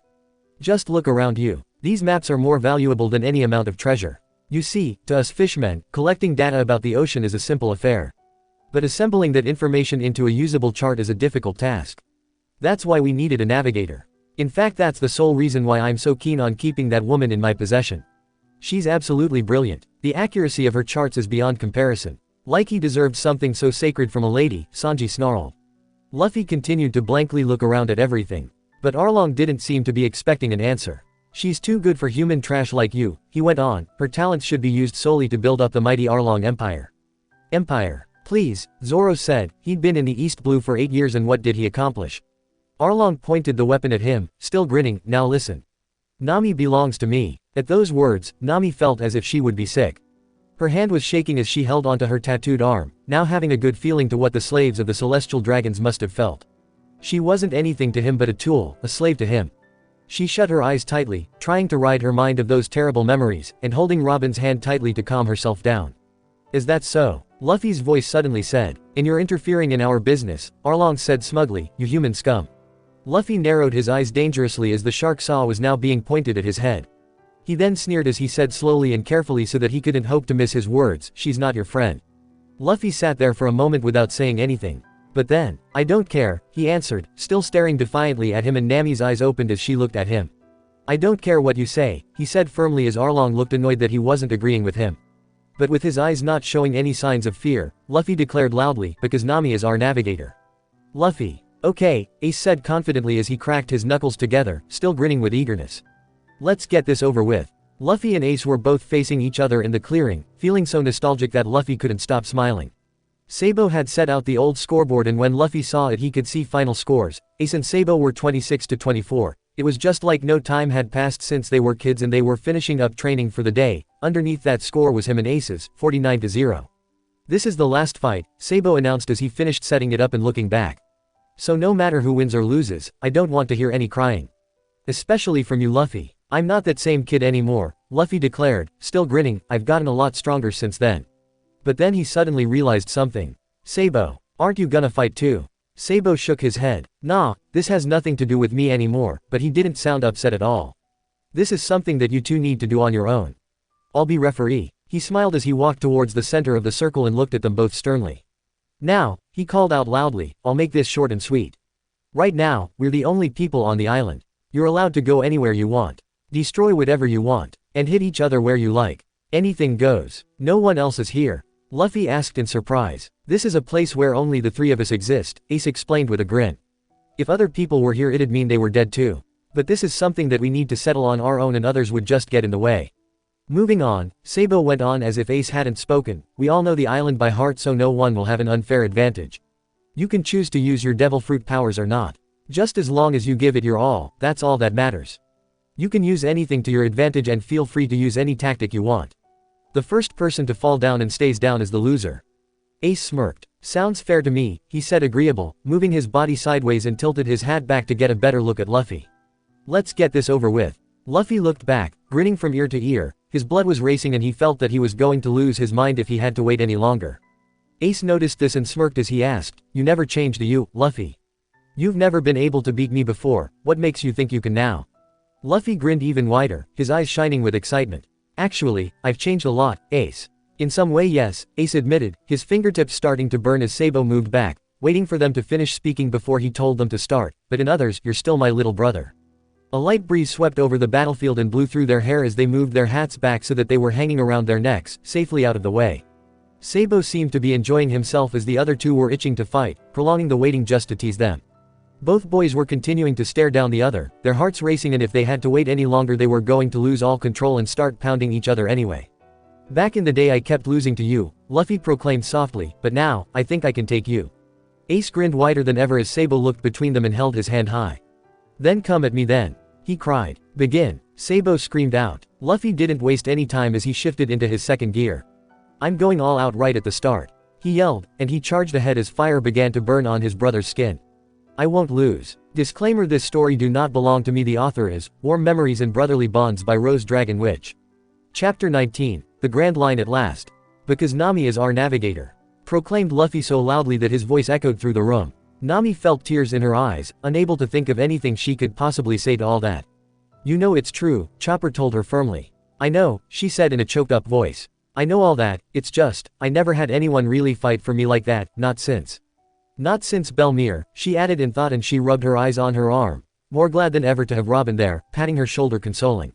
Well, you do now, Robin told her, understanding the feeling all too well. Everything's all right now. Yeah, Nami agreed as Arlong chuckled darkly at what Luffy just said. But those words mean a lot to me, she admitted softly. Really? Arlong asked mockingly, you want her to navigate your pathetic little ship for you? Huh, I guess you truly have no idea what a monumental waste of talent that would be. He gestured around to the maps in the room. Look, there is no one else on the face of the planet who can draw sea charts with such accuracy and efficacy. That young lady has a gift. Luffy kept looking around as Nami's eyes went to the desk. A small pen fell and clattered on the floor. What's that? Chopper asked as Nami stared at it in horror. It was a pen that she had used for those 8 miserable years, a pen that Arlong made her use until her hands bled and stained it. She had to bite down on her lower lip to stop her from crying out. She felt so stupid, getting so emotional just by seeing an old pen. She stopped though when Luffy stretched his hand over to grab it and stare at it himself. And there isn't really anything as ultimately regrettable as wasting natural talent. Staying here and drawing up charts for me is her only chance of living up to her full potential. Arlong declared. I think that there's nothing as regrettable as working for him, Sanji snarled, and Nami had to nod in agreement. She regretted those 8 wasted years and wanted to destroy each and every one of those maps. To see all her hard work go to Arlong just broke her heart. She rather see them all burn than in his hands. Arlong and his pirates were her enemies. Despite Arlong taking her into his crew, she was never loyal to them due to what they did to her in her village. The reason she acted the way that she did was because he wanted her to. But because he considered her as just another arrogant human, he seriously misjudged her character and it cost him. Seeing Luffy tear the building apart was one of her happiest memories. It was a long time in coming, but her hardships were finally over. What is with these guys bragging so much? Frankie asked with a sigh. He was getting so sick of hearing these guys go on and on about themselves. Why not stop acting like they're the greatest thing since sliced bread and just get on with fighting? Hurry up and kick his ass, Luffy. Usopp cheered on, not getting why he was still fiddling around with some pen. But Luffy spoke. He said in a quiet, but dark voice, this pen is stained with blood. Blood, repeated Brook softly before he let out a soft intact breath and looked to Nami. Nami, is that? Sanji whispered to her softly, but anger clear in his voice. Nami only nodded, unable to speak because she was afraid that she would break down completely if she did. That bastard, Sanji hissed, furious. He gave Arlong a death glare, willing to give anything for just one fight with him. He ached to break that guy's face in and snap off his nose. How dare he? How dare he hurt a woman like this? He turned furiously to Luffy and started yelling.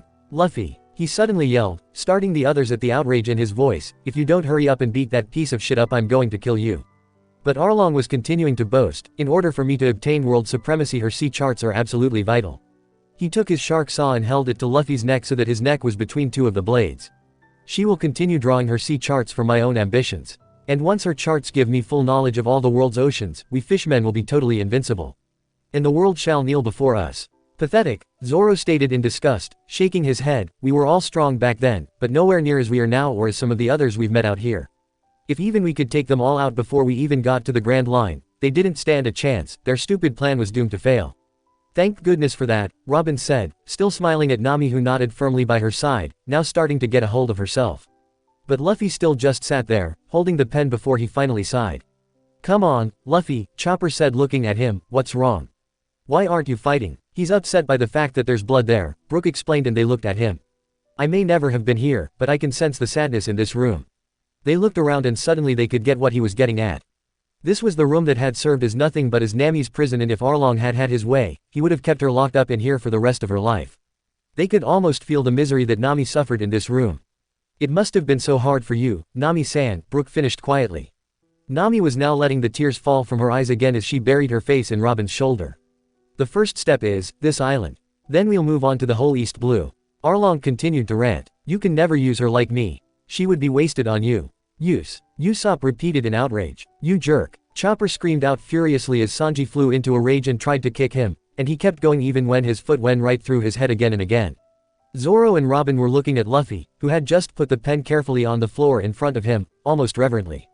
Those words had struck a nerve and they could sense that there was something in him that was now filled with a great anger. They could feel it in the air even as Luffy very gently took hold of one of the blades on Arlong's shark saw.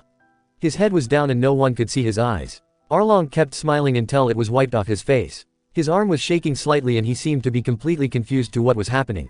"What is it?" Frankie asked, noticing the shaking. "Is he scared?" "No," Robin said, "I think he's trying to move his weapon." "But Luffy's not letting it budge," Zoro added just as Luffy's fingers tightened on the blade. He could see that he was shaking too, but from anger not fear. Then, all of a sudden, Luffy broke the blade as easily as if it was made of glass. "No," Arlong exclaimed in shock, so that he was left holding a blade with only 2 of the 6 blades left. Finally, Luffy starts getting serious, Sanji said, still breathing hard in anger as Nami looked up in time to see Luffy looking up. His expression was terrifying and the Straw Hats all felt their own spirits freeze at the look. There was no trace of his usual happy-go-lucky captain that they knew and loved, not even the blank or usual angry look that he got when he was faced with an opponent. There was cold fury in on his face, a sense of a hidden power radiated from inside him as if there was a wildfire burning inside him. "Luffy," Nami whispered in confusion. "Use her," Luffy repeated in a voice that was filled with as much rage as his face. "You bastard. What the hell do you take her for?" Nami's eyes widened as she watched, her hand to her mouth.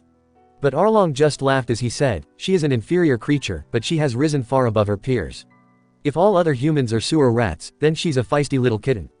After all, she is adorable." Nami leaned closer to Robin who tightened her arms around her. "I suddenly feel sick," she muttered as Robin patted her hair. "Then I have a feeling that you're going to be cheering up very soon," she whispered back. "He's disgusting," Usopp whispered as Sanji cracked his knuckles together threateningly. Memories be damned. He was giving Luffy 30 seconds to kick Arlong's ass before he did something here. "She has her place and it's here beside me. Can't you understand that? I can give her everything she needs," Arlong said with a wide grin on his face. "He means everything except her freedom," Zoro stated bitterly. "And all she has to do is continue to draw those marvelous charts for me." Arlong finished. But what he said next raged them all to the core. "So, Nami will forever be my tool. No, she'll be my friend." He laughed again. "Damn you." Sanji roared and raised his leg to kick again, but something stopped him. Finally, Luffy had gotten back to his feet, but instead of attacking Arlong he kicked the desk right through the wall. Arlong stopped laughing and his grin was wiped off as if Luffy had kicked him. He blinked before he stared at the giant hole where they could see the desk hover in the air for a moment before it fell. Before he could register what happened, Luffy had kicked a bookshelf and one of the stacks of maps out as well. "He's destroying the room," Chopper whispered, eyes wide. "I get it now," Sanji said smiling, his frustrating with Luffy going at once. "You know, I remember seeing all that stuff get thrown out but I never understood the point till now. He's destroying everything that Arlong forced Nami to do," Robin answered when Chopper continued to look confused and he seemed to understand there. "What do you think you're doing?" Arlong screamed but Luffy completely ignored him as if he couldn't hear him as he continued his destruction of the room, making sure to take out as much as he could with every kick so that the sky was filled with paper. "Stop it now," Arlong screamed as then waved what was left of his weapon at him, but Luffy easily dodged it so that Arlong ended up destroying an enormous stack of maps and he screamed, horrified at what he had done. The charts. Once he landed, Luffy then kicked another stack out. "My charts." Arlong continued to yell as he watched all his plans and ambitions being destroyed before his eyes. His anger now growing out of his control, he finally pinned Luffy against a wall and held him there with his hand at his throat. "He caught him," Brook cried out worriedly. "Damn you," Arlong yelled, "that's 8 years of work. 8 years of planning and ambition. And that's as far as you're going to go." Frankie yelled out as Usopp and Chopper were now acting like cheerleaders, rooting for Luffy to take him out. Getting especially loud after Luffy stretched his arm out and used the back of his fist to take out more of the room and they could hear the books and papers smashing to the ground or splashing in the water below them. Nami didn't react at all as she watched the entire scene. "I'm glad," she whispered, "I always wished that I could destroy those maps. Each time I finished making one for him it felt like he was ripping my heart out." "Thank you, Luffy." Each chart that was thrown out made her feel as if she had gotten a day back from Arlong and she was now getting farther and farther away from him. Enraged, Arlong snapped even further as he bit down on Luffy's neck. "Now you've gone too far," Arlong yelled as blood sprayed everywhere. "No," Chopper screamed in horror, "if he bites down too hard he could." "Don't worry," Zoro said firmly, Luffy only needed some food and a good night's sleep before he was up on his feet again. Luffy was growling with pain, but he didn't back down as bent his arms back so that he could grab Arlong by his nose behind his head and started to pull on it. "You keep jabbering on about how much better fishmen are," he said loudly, stuttering a little from pain, "and how much you need those sea charts. I don't understand anything about that stuff," his hands started to bleed as he cut them on the sharp nose, but I finally figured out how to save her. With one huge heave, Luffy snapped Arlong's nose like a twig, causing the fishman to scream in pain, and as he opened his mouth to yell, he pulled his teeth out of Luffy's neck. You know, when I was fighting him before, he said that his nose was unbreakable, Zoro stated coolly, feeling good that someone finally destroyed that damn fishman's ego. He's really gonna do it now. Usopp cheered, knowing that they were getting to the moment they had been waiting for. Luffy was still on his feet, his eyes wide, looking worse than ever before. For the first time, they could see a monster. He was like some kind of monster here, fighting like something possessed. This room isn't anything but her jail cell, he declared with a hiss. There's only one way for Nami to escape, I gotta tear this place apart. Go for it, Chopper screamed. SSSS suip pp peer rrrrrr. Posed Frankie eagerly, now practically giddy to see this next scene. Arlong glared up at him, looking ridiculous with his bent nose as Luffy lifted his leg and stretched it high, bursting through the roof and continuing, just like how he destroyed the Barati's fin. They knew right away what was gonna happen. Gum, he began, but Arlong wasn't beaten yet. You fool, Arlong yelled and was getting up. Oh, come on, Sanji yelled as Arlong got back to his feet. What's with fishmen? What are they made of? Why doesn't he just stay down? Arlong Park cannot be brought down by some inferior human. Arlong yelled as grabbed hold of his nose and straightened it with a sickening cracking sound, especially not by some rubbery freak like you. Wanna bet? Zoro asked with a smug smirk as Luffy looked up at Arlong in irritation. Shark tooth, drill. Arlong screamed out before he jumped and began to spin like a propeller, or even a drill, towards him, his teeth bared. Luffy's eyes widened in terror, but he managed to finish the attack as he brought his foot down, battle axe. Arlong's teeth sank deeply into his side just as Luffy's foot came down and slammed his face to the floor. For a moment, they were there, frozen as they stared at what happened. It was almost as if time had stopped here, but then the floor began to break apart. With Luffy's scream in their ears, they watched as the force of the attack was so great that Arlong started to cough up blood just before Luffy's foot slammed him down floor after floor of Arlong Park and hit the ground with an almighty boom. Everyone was left in awe for a moment before Chopper began to scream in joy. He did it. He beat him. Was there ever a doubt? Usopp yelled, but then he stopped smiling when he suddenly remembered something else. As Luffy retracted his leg, the rest of the building was starting to collapse. The walls crumbled and the roof was falling in. No, get out of there, Frankie yelled, but it was too late. Luffy just didn't seem to get to the hole he made in the wall in time. The ceiling gave way and the floor broke apart as he fell through it. The noise around them was so loud that it was as if their eardrums would burst, but as they covered them, but then everything went dark around them as the night sky came back. What? That's it. What happened? Was Luffy-san okay? Brook asked them all in worry, realizing they were back on the dark shores and right at the water's edge. But before they could give him a real answer, the ground beneath them began to shake and they caught sight of the water's edge bubbling slightly. Something was boiling beneath the waves. What's going on? Usopp yelled out, going for his slingshot, expecting some kind of sea monster to rise out. However, Zoro and Sanji both were ready for a fight, charged forward towards the water, for now something was slowly rising out of the sea like a black ball of slime. I think we've finally found it, Zoro said, grinning evilly as he flicked his sword out and put on in his mouth. It's here. What is it? Chopper screamed out nervously, running behind them at top speed. The blob was about the size of a large cannonball. It was bubbling and shifting around as it hovered in the air for an agonizing second before it hit the beach with enough force that it flattened out to form a pool of gunk. That's disgusting, Nami yelled, stepping back from it at once. She couldn't remember seeing something so gross looking. But out of the pool of slime, it was being concentrated together, until something began to rise up out of it. First there was a fin, and then its shoulders, and finally its head with a saw-like nose appeared. And they knew what it was, or rather who it was. The form of Arlong, so black that it was as if he had been dipped in tar, rose out of the slime and was placed on his feet like some kind of puppet. Arlong, Nami whispered as the dark form set foot on shore, the giant blade over his shoulder as he grinned. You inferior humans, he said, and that voice sent a silent wave of terror down her spine as the shadow form of Arlong charged at her. But Zoro and Sanji intercepted him, both of them striking at the same time. Finally, Zoro hissed, his blade holding back the saw blade. I can hit him. Thank God for that, Sanji admitted. I've been aching to break this guy's face in all this time. Fishmen are superior. The shadow Arlong growled, but something happened next. As everyone all turned, ready for a fight, each with their weapons raised, all waiting for a chance to attack, Arlong's body was starting to melt where it stood. Now what? Usopp yelled as Chopper screamed in horror. He's melting, Chopper cried out as Arlong slopped over like how a snowman would in the hot sun. He was right. Like a broken record, this Arlong kept repeating the words that he had been saying to Luffy during the fight, how fishmen were better, how he was going to rule the whole East Blue, but his actions were sluggish and the bubbling form fell to his knees and soon collapsed into a pool of liquid. Okay, Frankie said carefully, lowering his hand of his finger guns. What the hell was that? That was the creature. Usopp asked before smirking. It wasn't that tough. But then the concentrated jelly suddenly came back to life and pulled back into the black ball and hovered in the air. I got this, Usopp said confidently, and he launched a bamboo shoot pop green at it. They rose up at once and skewered it. Got ya, he yelled, striking a pose, but to his horror, the blob, that had been torn apart by the rising bamboos, came back together. It's like that swamp guy, Chopper yelled, remembering the weirdo they met when they went down to Fishman Island.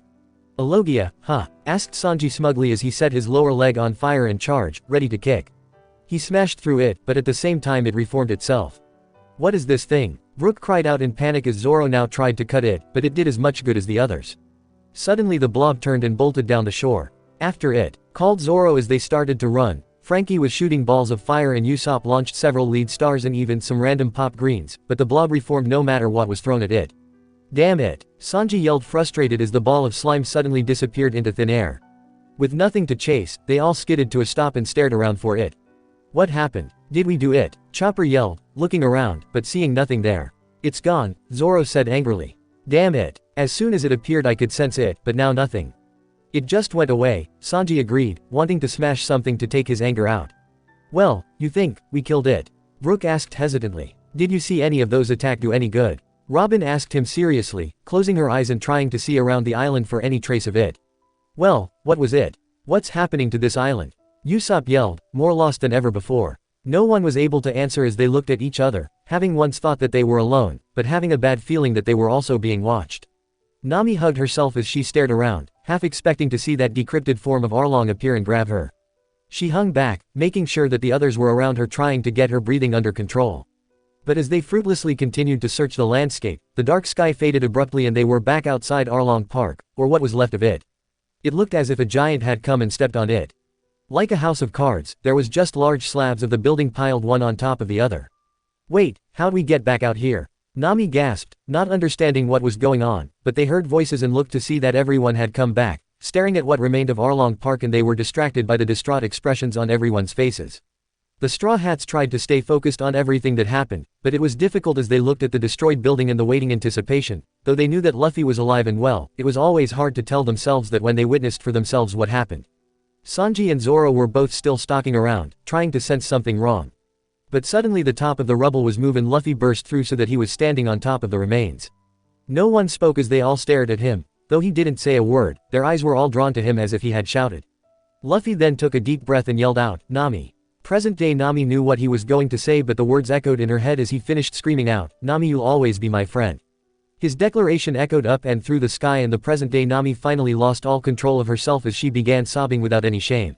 Her past self was standing nearby, and she was crying as well. Yeah, was all she could say. What else was it that she could hear? When she first met him, she had been so sure that he was just like any other pirate, but she soon came to respect him as a leader. Though she gets angry at his irrational thinking and short attention span, she had come to care and trust him very much as her captain.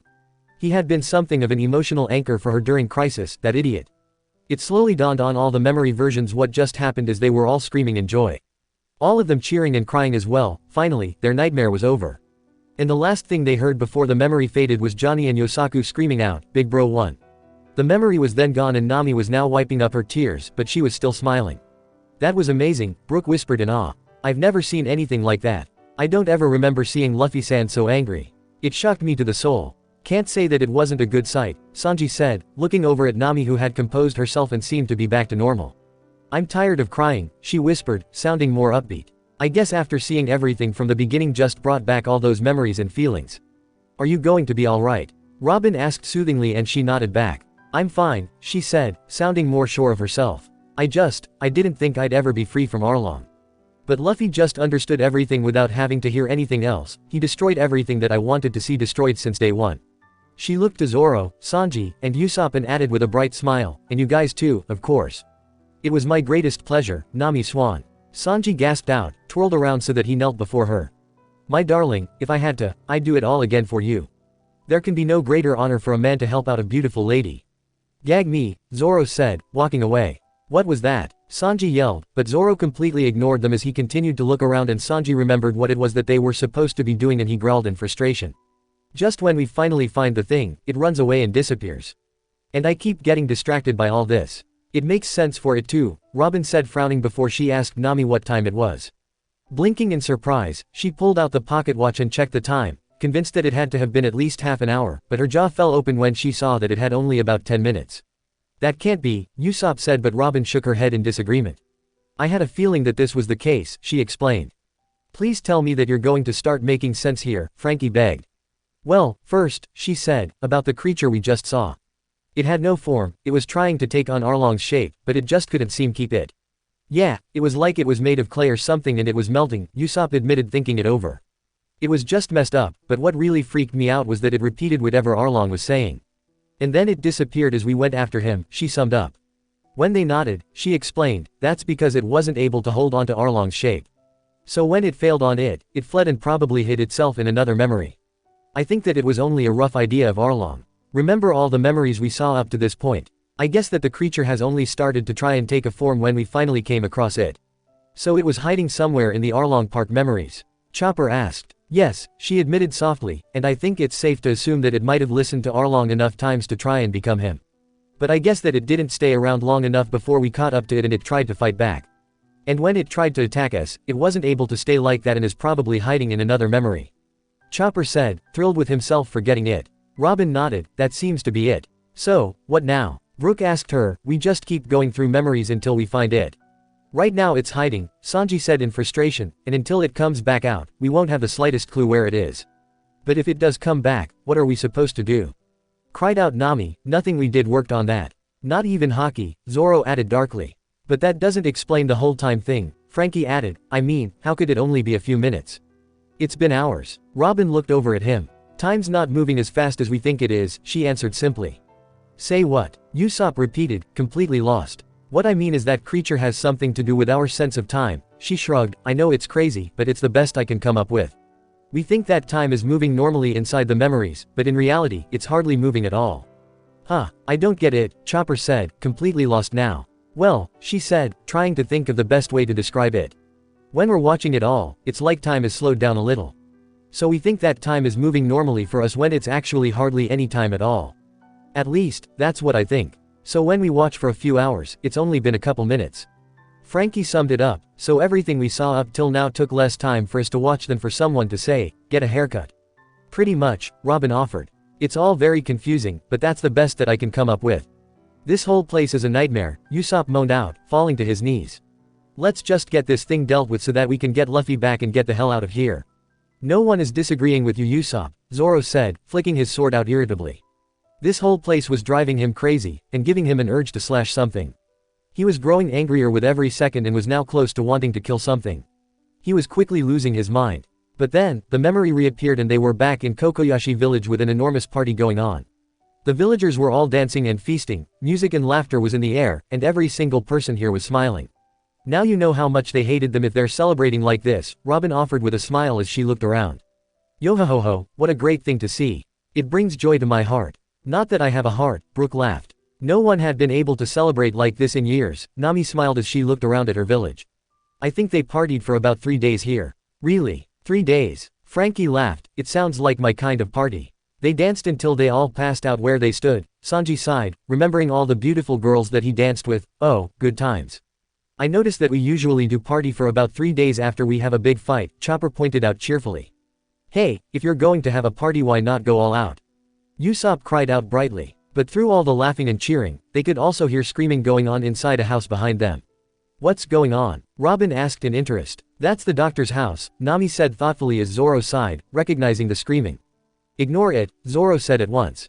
But at those words, Sanji knew at once that he was talking about and went right for the house. Hey, get back here, Zoro yelled, but too late, soon everyone was going through and they saw who the screaming was coming from and why. Oh, ow, Frankie winced. Zoro was getting stitches. Well, at least someone is finally taking charge and treating your wound. Chopper said firmly. You dumbass. The doctor snapped as Zoro was gritting his teeth and moving painfully around on the bed as Johnny and Yosaku slept in the background. Did you think this would heal on its own? Seriously, pirates are supposed to be smarter than this. That's exactly what I'm thinking. How stupid could you get? Chopper agreed firmly and Zoro shoved the reindeer's head down to the ground with his foot. What was that for? He yelled. Did you just say that I'm stupid? Zoro asked coldly. Wow, for someone who's stupid, you sure understood it quickly enough, Sanji smirked.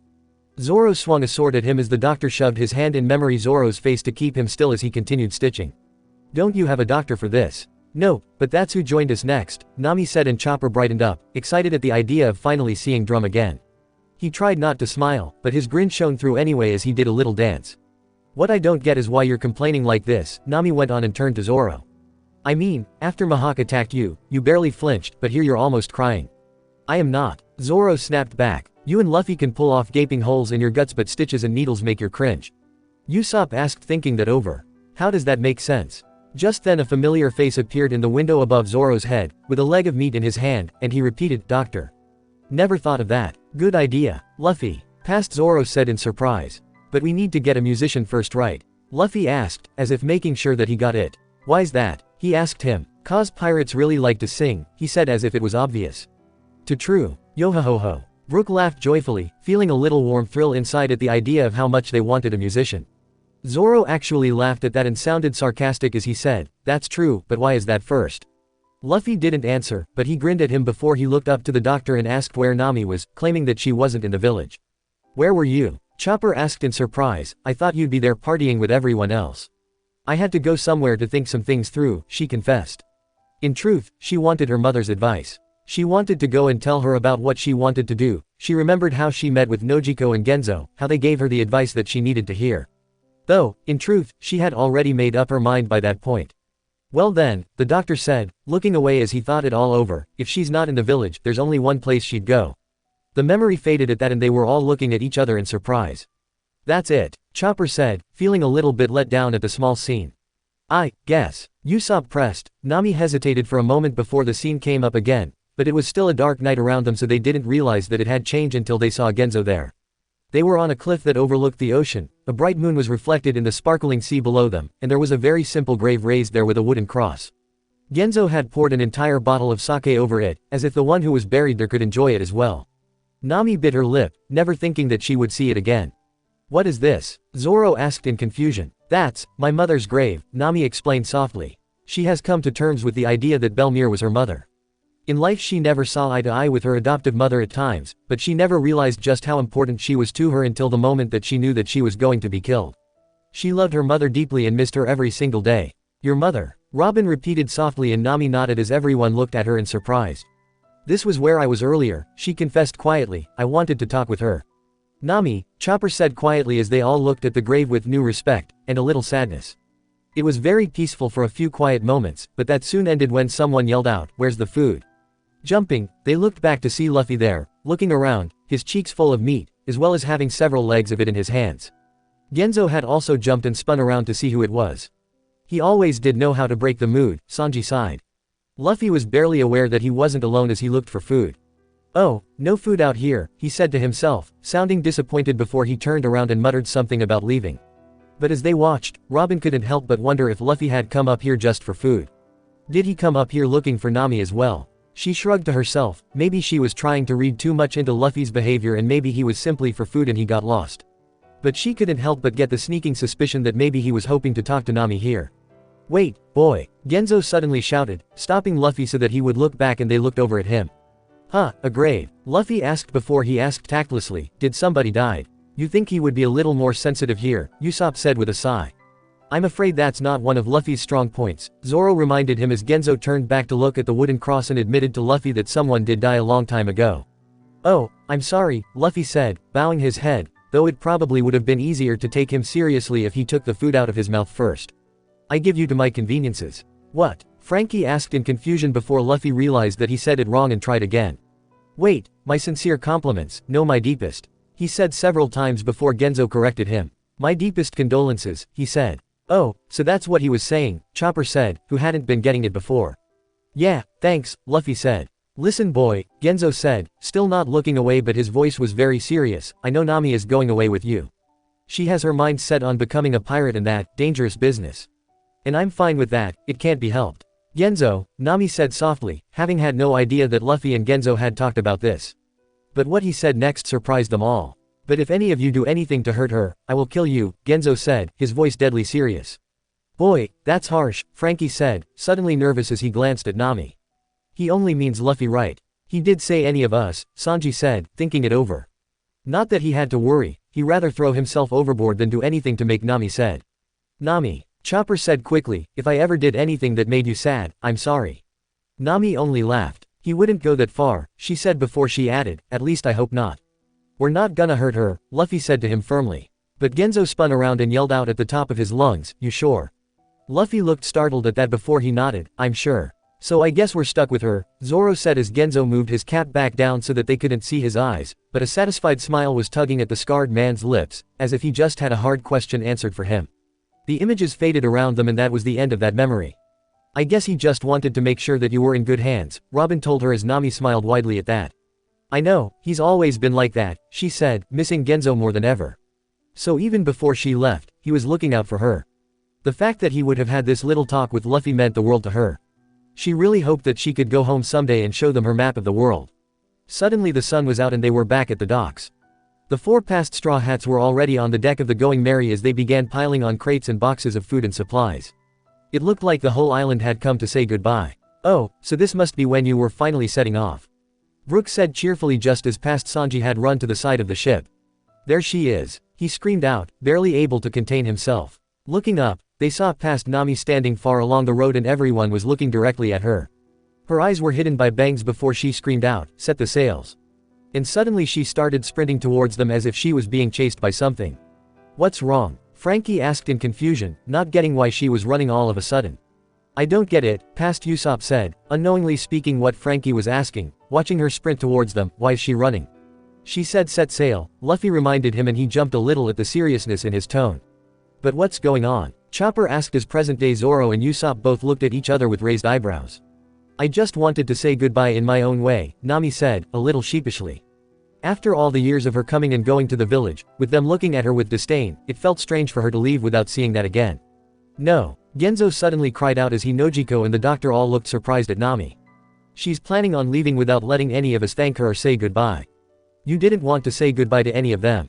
Brook asked her in surprise. I would have thought. I did in the end, she said with an innocent smile that didn't fool anyone. Set sail. Luffy yelled and they did as Zoro pulled up the anchor, soon they were moving away from the dock.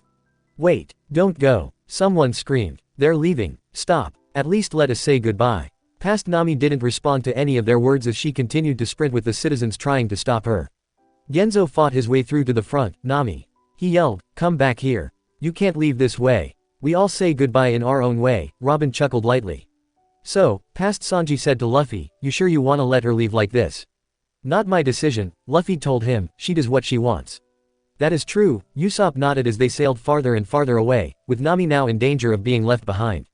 But they didn't need to worry. Past Nami started to run between them all zigzag, diagonal, up and down, she ran past all of them all, slipping away without any trouble, thanks to her years of stealing. Once she passed the doctor and her sister she jumped, almost flying through the air, just barely made it to the ship. Why? Genzo cried out as she landed on the Mary's deck. Breathing hard, she didn't move for a moment before she pulled back her shirt to show dozens of wallets and coin purses falling out. At that they all checked their pockets and realized that she stole from each of them. You didn't? Robin asked, now unable to hold back her laughter. Well, I left the 8 years worth of money I stole with them, so it was the least they could do, she offered, laughing with her heart feeling so light all of a sudden. Some of the men all looked at each other with raised eyebrows. She was definitely someone to keep your eye on, she would bleed you dry if she had a chance.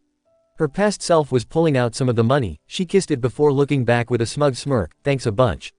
The looks on each of their faces was priceless. Damn, you little brat, Genzo shouted as their jaws all dropped. Well, that explains why you wanted to leave the way you did, yohohoho, Brook laughed. If you had waited, they might have noticed that their pockets had all been picked.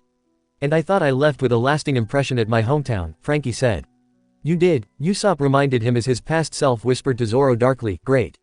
She hasn't changed a bit. I'd watch my back if I were you, past Zoro agreed, giving Nami a shady look. But Luffy was laughing as Sanji gave her a thumbs up. Of course you'd too find it funny, Zoro said in annoyance. I think you said it best, Zoro, Robin spoke up, smiling at him, it's a fitting way for pirates to leave. Unable to turn back seeing how everyone here hates us. He thought it over before he let out a bark of laughter, yeah, I suppose. You lousy pickpocket. Genzo cried out, we'll miss you. And I miss them too, Nami sighed. But then Genzo suddenly yelled at Luffy and got their attention. Boy, Luffy looked back up, as he finished by yelling, remember what I told you. Luffy just smirked and gave him the thumbs up. You got it. Nami felt her heart warm at that as her past self began to scream out, waving goodbye, goodbye everybody, I'll miss you. Take care. Nami stood there the whole time, smiling at the disappearing land, and she looked up to the cliff where she could just make out her mother's grave. Her past self then turned to the rest of the crew and said, now that that's over with, I say it's about time we head off to the Grand Line. Everyone cheered and started to laugh together, glad that was finally over. The images faded, but Nami was also laughing with them. To laugh about such little things, to do that every day was something she always wished for. I'm so happy for you, Nami-san. Brook proclaimed happily as he spun around. It touches my heart, Frankie sniffled as he held his nose down for 3 seconds and ended up creating a long hair, and he tied it back in a cool ponytail. I'm just glad that we're done with it all, Nami sighed, her hand over her own heart, feeling it beating hard against her chest. She made a mental note to thank Luffy again once they headed back to the sea. The next memory was another beautiful day and the whole crew was relaxing on the Mary's deck. Nami was stretching out on a lawn chair as Usopp sat there, mixing together some of his infamous Tabasco stars. Zoro was on the upper deck and taking a nap, and after looking around for a minute, they spotted Luffy cautiously reaching for some tangerines that had been put on the top of the cabin. Wouldn't do that if I were, Usopp tried to warn, but it came too late. Sanji came out of nowhere and kicked him so hard that he was flung backwards right into Usopp, who had some of it get splashed into his eyes. That's gonna sting, Frankie winced as past Usopp was screaming and running around in pain. Oh, the pain I had to endure here. Usopp cried out, remembering the pain, it was as if his eyes had been on fire. Luffy however was glaring up at Sanji and yelled, "Ah, come on. I just want one of them." "No," Sanji yelled, standing there in front of the trees like a bodyguard, his arms folded.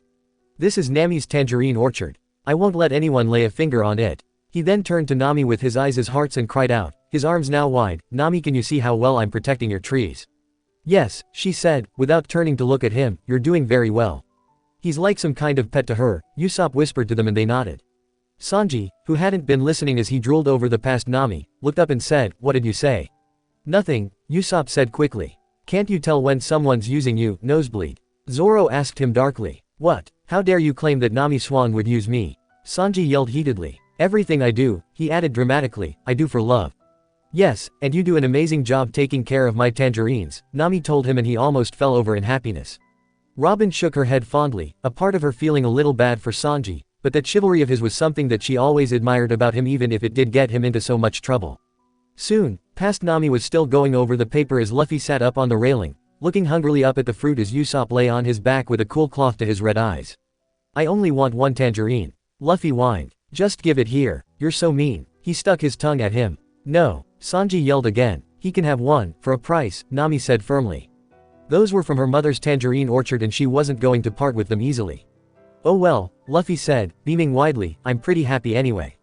"Nothing phases him for long," Brook said fondly. "The world sure is a turbulent place," past Nami suddenly stated, telling them what she was reading. She flipped the page and a stray piece of paper fell out. "What's that?" Luffy asked just as it fluttered to the deck and they saw what it was. "Oh, I know this," Usopp said as their past versions all gasped at what they saw and soon they were all screaming, some of them were joyous, or horrified. "What's wrong?" Frankie asked startled as Luffy jumped up and picked it up to stare at it. His eyes were as big as dinner plates as he stared at it and held it up for them all to see, laughing out proudly. "All right guys, we're wanted criminals. His first bounty," Zoro said with a smirk. Before we even entered the Grand Line, he had the highest bounty in the whole East Blue. Past Usopp leaned over to look at it, wanted, dead or alive, 30 million. "Such an amazing first bounty," whispered Brook in amazement. 30 million right off the bat for a rookie pirate. "Earning a large bounty in a quick time also gives the pirate notorious attention and a global reputation," Robin commented. "After all, I believe that Boa Hancock earned a bounty of 8 million in a single pirate attack after she became the captain of the Kuja pirates and the world government offered her to become a warlord." 8 million in one journey, repeated Nami in awe. "What did she do?" Usopp asked with a gulp as horrible images came back to his mind and he added quickly, on second thought, I don't think I want to know." Occasionally, a designated amount on a bounty may increase if the criminal in question has committed crimes of considerable magnitude that goes beyond the crime committed beforehand that earned them their initial bounty, as with the case of Luffy, Robin confessed, thinking it all over. "Usually, bounties are treated as a way to determine a person's average threat level." "Yeah, but it's been 2 years since our own bounties increased," Zoro smirked. "It's only gonna be a matter of time before they go up again big time." Sanji felt a muscle going in his head at the thought of his bounty picture. God, he prayed that he get a new picture soon, just thinking about that poster makes him sick to his stomach. The average bounty in the East Blue is 3 million, so a noteworthy one there would be 10 million or more, Nami said, thinking it all over. And Luffy-san's first bounty was 3 times that. Brook proclaimed proudly. Yes, and in terms of piracy, any rookie who have earned a bounty of over 100 million is considered impressive, and is classified as a supernova, Robin finished lightly. The 11 pirates who arrived at Sabayati 2 years ago are called the 11 supernovas. Plus with Blackbeard, the 12 are now known as the worst generation. Really? Zoro said, grinning, knowing that he was one of those, and smirked smugly at Sanji, who was looking more annoyed than ever before. For Luffy, his first bounty broke the record for active East Blue bounties, as well as the highest new bounty for a pirate from the East Blue. Robin chuckled, thinking back to reading up on Luffy when she was still working with Crocodile. As well as holding the highest value of known bounty increases from 30 million to 400 million, and even the highest amount of times of getting a new bounty. After all, he received 3 bounties increase before we even reached Sabayati and a 4th after the war. That is super. Frankie burst out laughing. I guess all our crazy stunts pay off big time, huh? Nami sighed, wondering just what they thought, why it was something to celebrate. Just how was it considered good to have such high bounties calling in bounty hunters and marines after them day in and day out? That's a whole lot of berries. Luffy cried out, still laughing. Check it out. Past Usopp cried out, pointing at it as a dreamy look came over his face. I'll be seen all around the world. What? Memory, Sanji screamed out, staring at it. They put long nose in but left me out. Yeah, the best view of his face, present day, Sanji hissed. Don't be jealous just because your poster is so bad, Usopp pointed out, and Sanji let out a roar of anger, looking like he wanted to break something at the horrid reminder. His memory self was looking all over the poster, now demanding to know where he was because he couldn't see him. Past Usopp pointed in the lower corner where the back of his head was and began to laugh as Sanji sat on the deck to pout. It's the back of your head. That's not so great. And I still hold true to that, Sanji said angrily, now fighting the urge to sit and pout as well. Past Usopp giggled and said, don't be so glum. You don't have to be a captain to get your picture on one of these things. Memory, Sanji cheered up almost at once. Is that true? He asked excitedly. Yeah, in the end, I'm the one who causes the most trouble, Sanji said determinedly, and Zoro rolled his eye. Yeah, Memory, Usopp said, just work really hard. And that's a lot coming from you, Zoro said to him. Hey, I can be pretty damn helpful if I put my mind to it. Usopp snapped back. But then, the 3 memory versions of themselves were all celebrating and dancing as Nami looked like she wanted to crack their heads together. Let's go to the Grand Line, men. Luffy shouted out, and the other 2 cheered along. Yet again, you guys don't understand how grim our situation really is. Past Nami yelled at them before she slapped her hand to her head. This means all of our lives will be in constant danger. And that's different from how you guys always are. How? Frankie asked her as she sighed tiredly, wondering just what she got herself into here. But as the trio partied, they saw a worn-out ship go sailing by, and they were startled to see Full Body there. Just as they registered what they saw, the battered ship did a complete 180 and turned back towards them, pulling up next to them with Full Body shouting out that they were doomed. The first of many people coming after us for those bounties, Nami sighed as the memory faded there. What happened? Chopper asked, looking up at them all. What do you think? Zoro asked him with a yawn. He tried to come after us, but he was as pathetic as ever. Yeah, he almost wet himself when he saw Sanji, Usopp said, thinking back and laughing. Sanji smirked at that, remembering hearing the noise outside, and went to see what was going on. He didn't even have to kick his ass to get him to leave. Soon they were back on the Mary's deck, and the 5 of them were all on the upper deck with Nami poring over the map and find a way to the Grand Line. We're getting closer, she informed them. We've almost made it to the Grand Line, and it looks like the only way through is here, Reverse Mountain. What a pain, Zoro said in an irritable voice as he watched Nami point to the large mountain. There's got to be some way around that thing. There's no need, you go up and over it. Brook cried out happily, thinking of the stormy night that he and his crew went over Reverse Mountain. Over it? Asked Chopper in surprise. I heard you guys mention that before, but how does a ship go over a mountain? Well, I'm sure you'll see for yourself very soon, Nami said with a smile. There's not, Past Sanji suddenly said, from what the geezer told me that's the only place to enter. Past Usopp looked over at him. Well, how come? 'Cause it's really dangerous, he answered as if it was obvious. Couldn't you have been a little more specific about it? Robin asked in amusement. That was all I knew. The old geezer never talked about his past, Sanji told her as his past self and Usopp began arguing about it. See, the reason is, Memory, Nami began, but Luffy interrupted. I got an idea. Why don't we sail right into it? And risk the calm belt? Robin asked lightly. Memory, Nami looked deeply annoyed and snapped at him. Are you really that clueless? My way sounds a lot more fun, he said brightly, smiling, plus it'd be a whole lot better to dive right into it, right? Her past self looked angry, and Nami knew that she wanted to tell him what she really thought of his plan, but she put her hand to her head as if she had a headache and said, talking to you drives me completely insane. Get used to it, present-day Nami sighed, wishing that she could get through to that rubber-brained idiot more often. He does it on a daily basis after all. First off, Luffy said, sounding more serious, we have to stop by an island.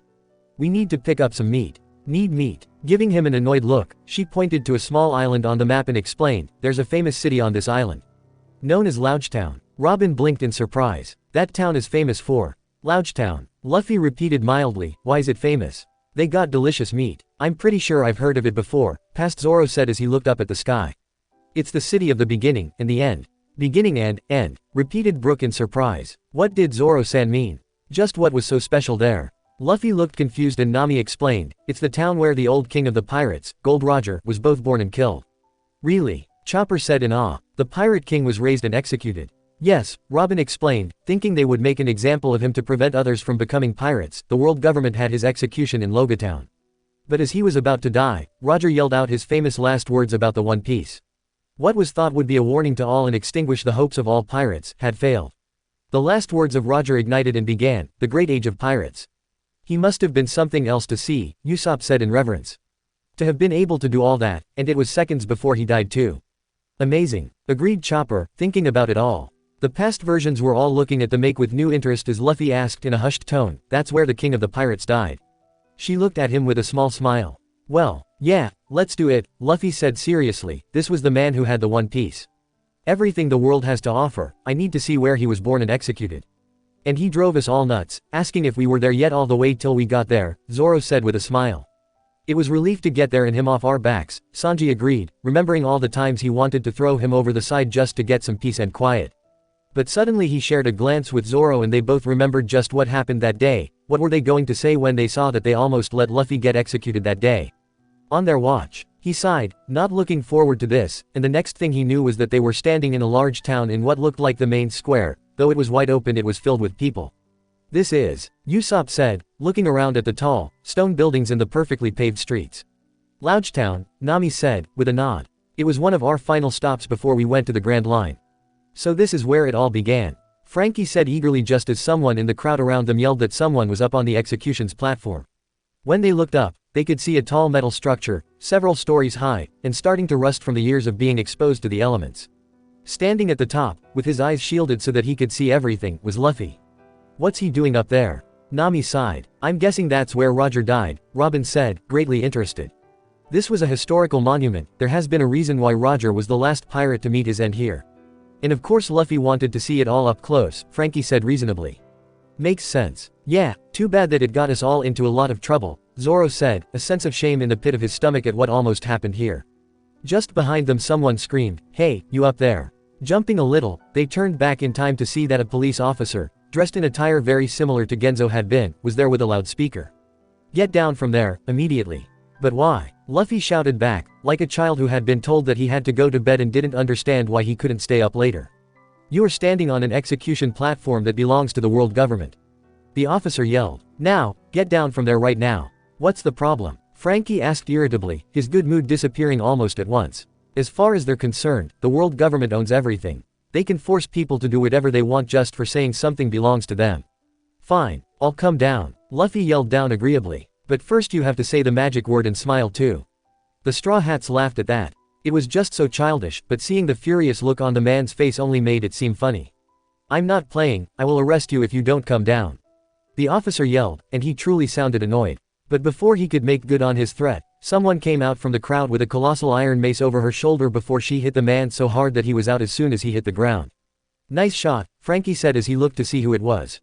Yeah, but she just made things worse here, Nami said nervously. If Luffy had just got down when he was told, we could have avoided any trouble. Oh, he wasn't the one who started it, Zoro sighed, thinking back, but he was the cause of it all. Huh, Brook asked, and you could almost see the question marks over his head.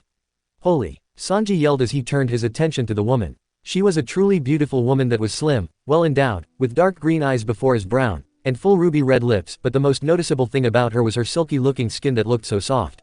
She's gorgeous, Sanji screamed out, already in love. I remember seeing her, oh, I think I'm gonna. But what he was going to say, he never finished because the woman spoke. Now's not the time for such trifles, she said in a sweet voice that seemed strangely familiar. Robin and Zoro especially felt as if they heard that voice somewhere before but were having a hard time trying to remember where.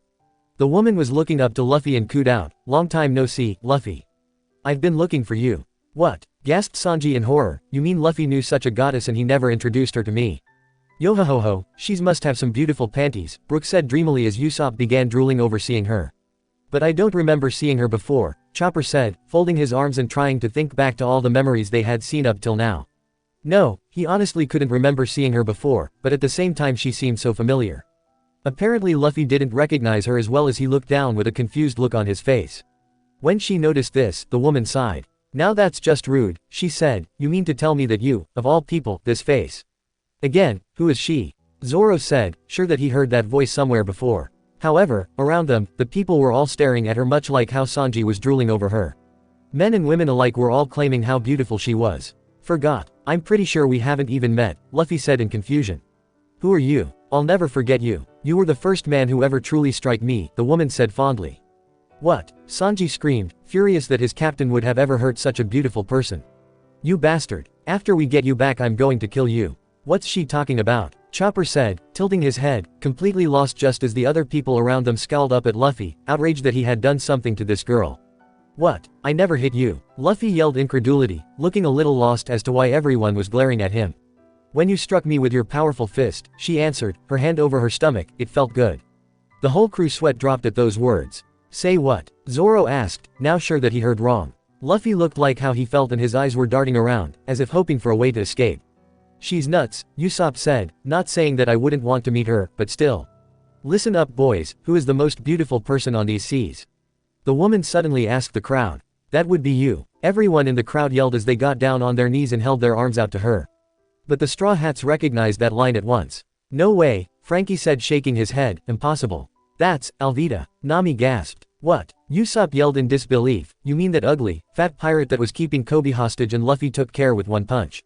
That Alvida, who else could she be? Nami yelled at him. Well, that answers some questions, but leaves many more, Robin said, looking in surprise at Alvida's beautiful form.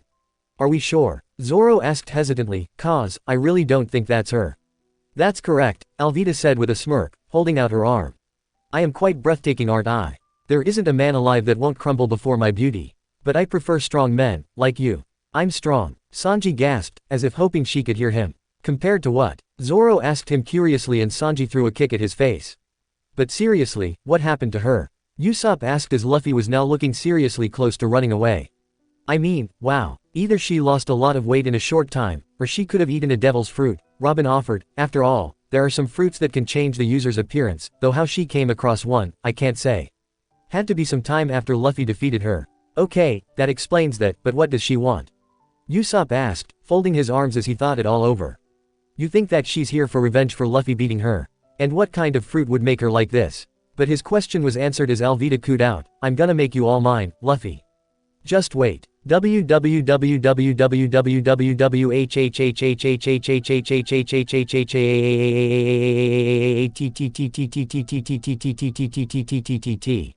Sanji screamed out so loudly that it felt as if he would burst their eardrums. How the hell does this make sense? Luffy hits her and she's in love with him. I'm going to kill you for this, Luffy. Would you shut up? Zoro snapped at him as Luffy shouted out, now sounding completely sickened at the thought, gross. No way. Just who the heck are you? Luffy, you shut up. Sanji yelled, aching to kick Luffy from her to next week. How could he not be overjoyed here? A goddess of a woman was eyeing him but he couldn't care less. Just what the hell was wrong with him? You still haven't figured it out. Alvida exclaimed in annoyance, losing her patience. I have to agree with Sanji here, Usopp said, in a deadpan voice. I mean, how is it that she wants Luffy after what he did to her? Oh, I doubt that it's actual love, Robin chuckled, or even a schoolgirl crush sort of thing. I think that since Luffy was the first man to defeat her, she became infatuated with him, but I believe that it's more of an admiring love than anything else. So, Sanji said, perking up. If she sees someone stronger she'll love them. Maybe. Robin offered and Sanji's hearts were back in his eyes, so maybe there's hope. I don't think that it would work out with you and her, Sanji, Nami said as several officers came running to the square with their weapons and telling Alvida to put her mace down and come with them. I'm placing you under arrest for assaulting a police captain. Another officer yelled before he turned up to Luffy and shouted out, as for you up there. Get off that platform. Hold on, who did you say you were arresting? Alvida asked, as if she just wanted to make sure she heard right. We're arresting you. The officer stuttered, taken in by Alvida's beauty as she batted her eyelashes at him. Are you really going to arrest me? Alvida asked sweetly, smiling as hearts now appeared in the officer's eyes and Sanji had turned to stone as he stared at her. Sanji. Chopper yelled as he ran to him and tried to see what he could do. Pathetic, Zoro said unconcerned as the officers were all saying that they couldn't arrest her because she's too beautiful. I don't give a damn. Another yelled, though he was now looking close to proclaiming undying love as well, arrest her. But before they could act, a large cannonball came flying from behind them and it hit the fountain so that it ended up blowing it apart in large chunks. Look out. Brook couldn't stop himself from shouting as a large part of the fountain flew at Alvida, but it was too late. However, as it hit, it slid right off her as if it had been a giant bar of soap and went flying off near Luffy's direction but moved in time. Aw man, that's weird. Luffy exclaimed loudly as everyone stared at her. How'd she do that? Chopper cried in amazement. It just slid off her skin. Nami whispered, just what kind of fruit did she eat? That little stunt was dangerous, you know. Alvida asked, sounding just a little irritated as she turned her attention to a group of people who had come from the direction of the cannonball, each of them wearing a dark cloak to cover themselves. I'm flashily sorry, the one out front said softly. But that smooth skin of yours is unharmed of course. So there's no need to worry, fairest Alvida. Smooth. Nami repeated softly. Wait, she suddenly recognized the voice from under the hood. Don't tell me that. He's back all right, Zoro said angrily, wishing that he could have another go at that clown bastard. Alvida. Luffy repeated to himself, as he finally made the connection, or maybe not. I don't see Alvida. Don't be so dense, you nimwit. Alvida yelled angrily, I'm Alvida. You sure? Luffy asked, cause I don't think you're her. To be fair, Usopp pointed out, no one can blame him for not guessing it. I mean, he remembered back to seeing Alvida on that cruise ship and shuddered, I still don't see it. Alvida smiled. I guessed I really did change after eating the fruit called. She removed her heart cloak to fully reveal her new body to them all, and get the whole picture to how much she had changed. Smooth fruit. No attack can hurt my skin because it slides right off. So that's it, Robin said, and that is a very strong ability. Any attack would be useless on her. Something to watch out for, Nami said softly. I don't think we need to worry, Frankie said, she doesn't seem like much of a fighter to me. Unfortunately, a lowly fruit could not improve on my already stunning good looks, Alvida sighed in disappointment as she touched her cheek. One big change you may have noticed was that I lost my freckles. You mean, she hasn't noticed anything else disappearing? Usopp asked as they all sweat dropped again. Nothing at all, I guess, Zoro answered doubtfully. He always knew that this lady wasn't right in the head and he just had proof. Maybe she and the cook would get along after all. Sure, that must be it, Luffy whispered, though it was clear that he didn't believe a word he said as he continued to look around for a way to get away from her. After becoming a whole new person, Alvida went on. I decided to join forces with someone who shared my goal of finding you. She then finally gestured to the cloaked men, and they all knew who they could possibly be. I had hoped that we'd seen the last of Buggy, Robin said tiredly. Nah, we're not that lucky, Zoro told her regrettably. Here, Buggy laughed insanely as he and his crew threw off the cloaks and they could fully see the whole circus was back. Now that I flashily made my entrance, time for the real star of the show. He screamed out and pointed up at Luffy, Monkey D. Luffy, ever since the day you sent me flying, I've been obsessed with exacting my revenge on you. That alone led to me finally finding my crew. My travels are an epic saga. I went to hell, found friendship, I even lost parts of my body. I call this tale, Tiny Buggy's Great Adventure. The first thing that happened was, why the hell am I telling you a story? Some of the Straw Hats fell over at those words. You've got to be kidding me, Frankie said, his jaw falling open. I didn't think this guy could get any dumber. But hey, maybe when Luffy Bros sent him flying, he lost whatever brain cells he had. Wouldn't surprise me, Zoro said with a sigh. Now, if only Luffy had been paying attention and not let himself get caught here, he would have been able to deal with all this on his own. I think he should give up the pirate life and just open a traveling circus, Nami stated as Brook began to laugh. But then again, he would scare little kids. Luffy stared blankly at Buggy. Don't know. Now, he folded his arms as he said, what was your name again? Boggy, Buggy, Boogie, Baggy. I know, he said proudly, it's Buffoon. All the Straw Hats laughed at that. Well, I think it suits him better than Buggy, Usopp laughed. Though Buggy sure does seem to bug Luffy here. Buffoon, Buggy screamed, enraged. You got a lot of nerve, you rubber bastard. And now Buggy the Clown is gonna make you pay for that. Hey, that's Buggy the Clown, one of the people yelled in fear. And at the mention of pirates, all the people there turned and began to try and run, wanting nothing more than to get away from the square as fast as they could. But the Buggy pirates seemed to be prepared for this as they each pulled out guns and swords, making sure that they wouldn't move. You people flashily stay where you are. Buggy proclaimed to them all. I want every single one of you to see exactly how scary I can be. Compared to what? Chopper asked curiously as he tried to see over a tall guy who looked like a wild rocker with green hair and several piercings to get a look at the platform. Oh yeah, Luffy yelled proudly, having just remembered Buggy's real name, Buggy right. You mean you just now remembered it? Buggy screamed. Well, that doesn't say much about you if your enemy doesn't remember you, Robin said in enjoyment as Brook suddenly yelled out, Luffy-san. Watch out. Too late, with Luffy distracted, the man who fought Zoro on the unicycle, Kabaji, appeared behind him and slammed a large wooden board down on top of him to trap him so that he was trapped in the stalks that held his head and hands there. He didn't just get himself. Nami asked, slapping a hand over her face as Chopper remembered that he could walk through people and went running up to the foot of the tower to watch. Hey, Luffy questioned in surprise looking around up at Kabaji, what gives? Long time no see, rubber freak, Kabaji greeted with a scolding tone as he sat on the stalk and asked how Zoro was doing.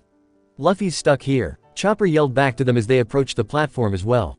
That idiot was cocky here, Sanji said darkly. He's lucky that we all made it out of this mess alive.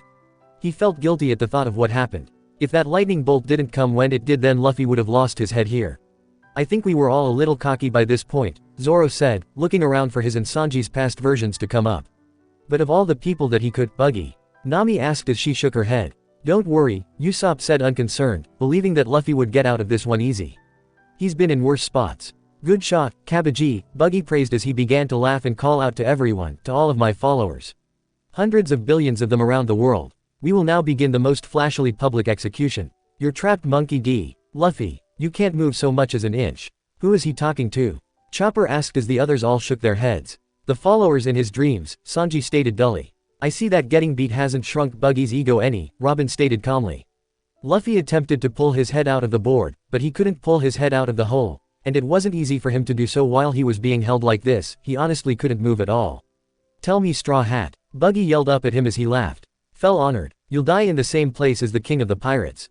Doesn't he know that was where his old captain died? Chopper asked quickly. I'm sure he does, Robin said softly, but I guess that he thinks that it's worth it to kill Luffy. Even if it means that he's going to kill someone the same way that Roger was. Asshole, Sanji voiced what they all knew that Buggy was. But what's Luffy-san going to do here?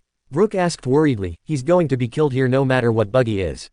Zoro and Sanji both went to look for him, Nami answered. As soon as we heard that Buggy was in the square, they went off to deal with him. Oh, well in that case, Chopper said, sighing in relief as he looked around for the two to make their grand entrance. However, no one but Brook and Robin seemed to notice the uneasy expressions on Zoro and Sanji's faces. There was a little bit of humiliation in their faces as they kept their eyes on the platform, and they couldn't help but wonder just what happened here. Again, Luffy was trying to move as a wind began to pick up and dark clouds were being blown over them so that the entire square was cast in shadows. And perhaps it was just the trace of electrical energy in the air that caused it, but there was also a strong sense that something big was going to happen here was building with each minute. A storm? Frankie asked, looking up at the sky. It came out of nowhere. I remember, Nami said, also have been surprised to see the dark clouds too. But it was actually a good thing that it came when it did. What do you? Chopper began, but Buggy was already speaking again like an announcer. Pirate Monkey D. Luffy of the Straw Hats will be flashily executed for the crime of being stuck up and making me angry. Buggy yelled as he lifted his arms, suddenly standing beside the trapped Luffy. At his words, all the pirates around them were screaming in celebration, shooting off guns and jumping as if a great show was about to take place. Now live it up, flashily. Buggy shouted as his men all cheered at that. Luffy was looking down at them excitedly. Oh boy. I've never seen an execution. Doesn't he realize that it's his that they're talking about? Usopp asked. He knew that Luffy was slow, but he thought that Luffy would have picked it up by now. Wheel you're about to kid, Buggy informed him with a dark chuckle in his voice. Luffy blinked at that and looked up as he slowly processed what he said. What? He screamed out in horror. Stop joking. It's no joke. Buggy screamed as Luffy was now trying to desperately pull himself free and call for help. You need to start paying attention to what people say, Luffy, Nami hissed, once again, getting a Luffy-sized headache. Alright, Buggy yelled to the crowd as Luffy continued to try pull his head free. I hereby flashily begin the festivities of this public execution. How can an execution count as festivities? Nami asked hotly. There are some who deeply enjoy the thought of killing pirates, Robin offered. Well, those people have sick minds, Zoro said darkly, growing more impatient with every second. Luffy finally stopped struggling and was now lying there with a pout on his face. I'm so sorry. Really I am, please spare my life, he said in a droning voice, and it sounded as if Nami forced him to apologize for breaking something instead of pleading for his life. It couldn't have been any clearer to them that he didn't mean a word to what he said. Why would I spare your life? Buggy bellowed in frustration. This is what happens when you go against us, Kabaji commented, moving back down to the ground so that he could watch with the others. Alvida sighed a little regretfully. I guess this is it for the man I had my eye on.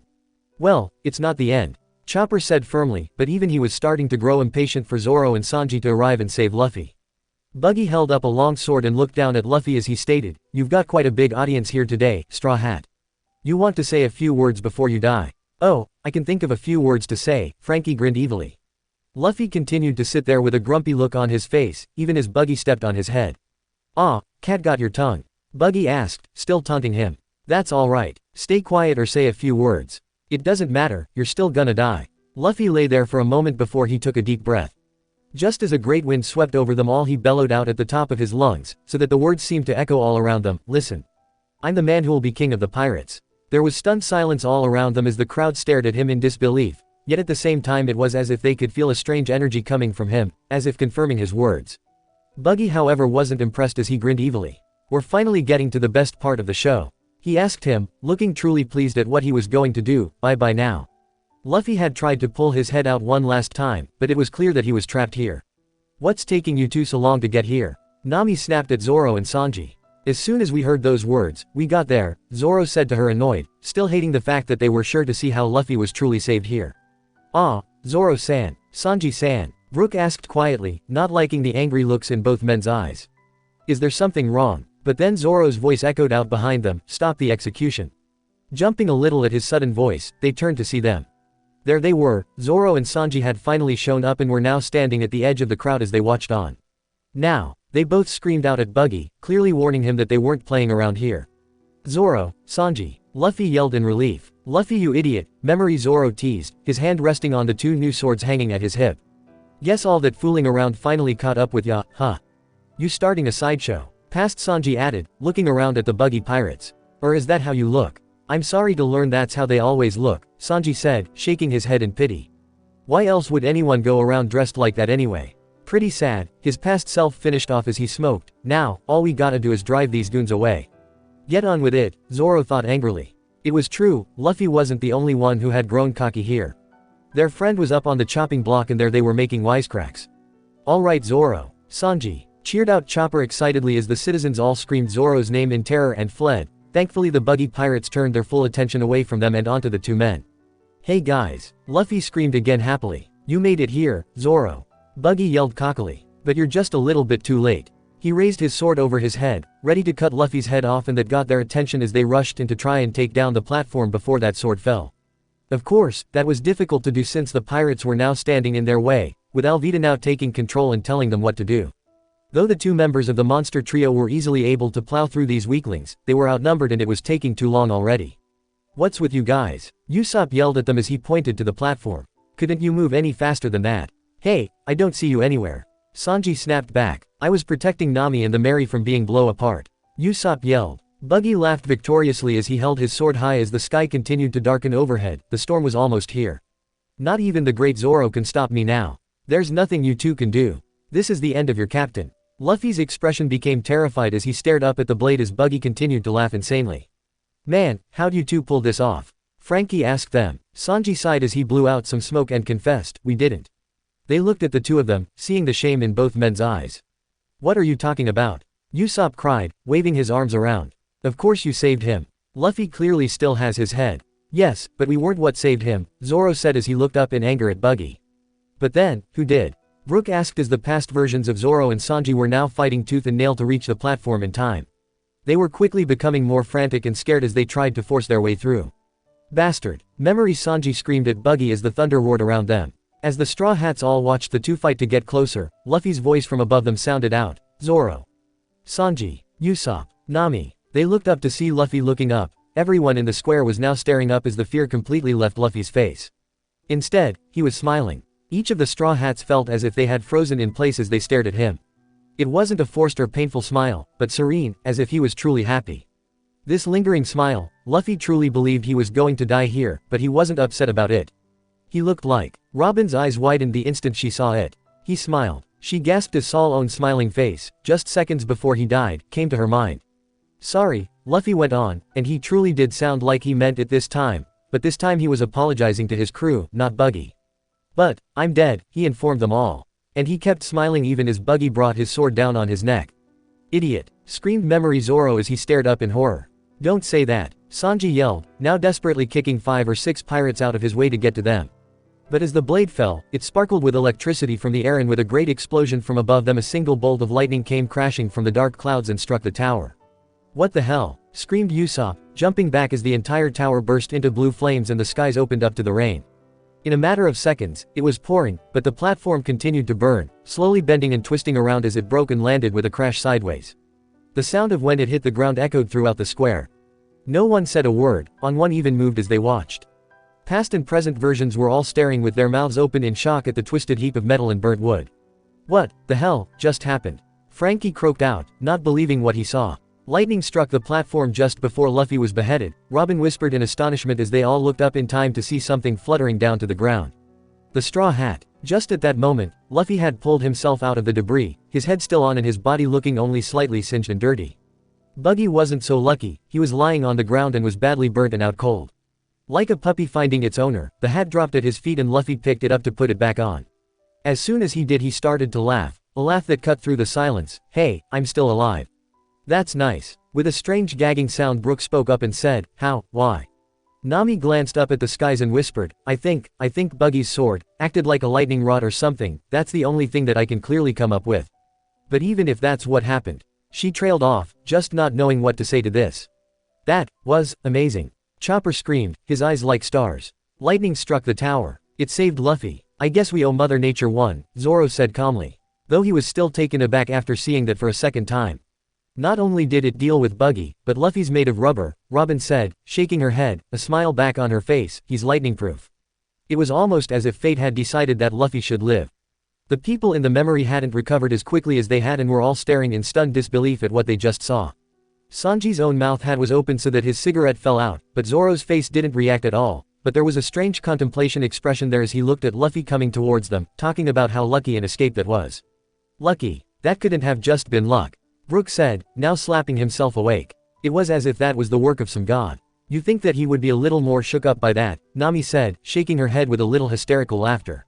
"That was divine intervention," Past Sanji suddenly declared. "Stop talking nonsense," Past Zoro said at once, the first one to really recover. Though still shaken up by what just happened, he grasped the seriousness of the situation as he said loudly, looking around them, "We gotta get out of this town. Our troubles are not over." "Wait, you're right," Frankie said, remembering that as well. "You guys gotta get back to the ship before something else happens. I think wishing for 2 miracles in one day is pushing it." It looked like he was right, because at that moment, a small army of Marines came charging out from all sides. It was clear that they had the entire place surrounded from the moment that the pirates began fighting each other and were now trying to round them all up. Luffy was looking ready for a fight, but Zoro grabbed him and reminded him that they had to run now. That if they didn't get back to the Merry now, they weren't going to leave at all. So, with everyone's attentions on each other, the three turned and went running down the street in the direction of the docks. The Straw Hats were all right behind them, but each one of them was thinking about what they had just seen. "Why?" Brook suddenly asked, "Why would Luffy-san smile like that? He looked death right in the face and showed no fear. Did he know that he'd be saved?" "No," Zoro said firmly. He had no idea to how it happened, but even if it was through luck or divine intervention, all that mattered was that Luffy did survive it. "I'm sure that he truly thought that he was about to die.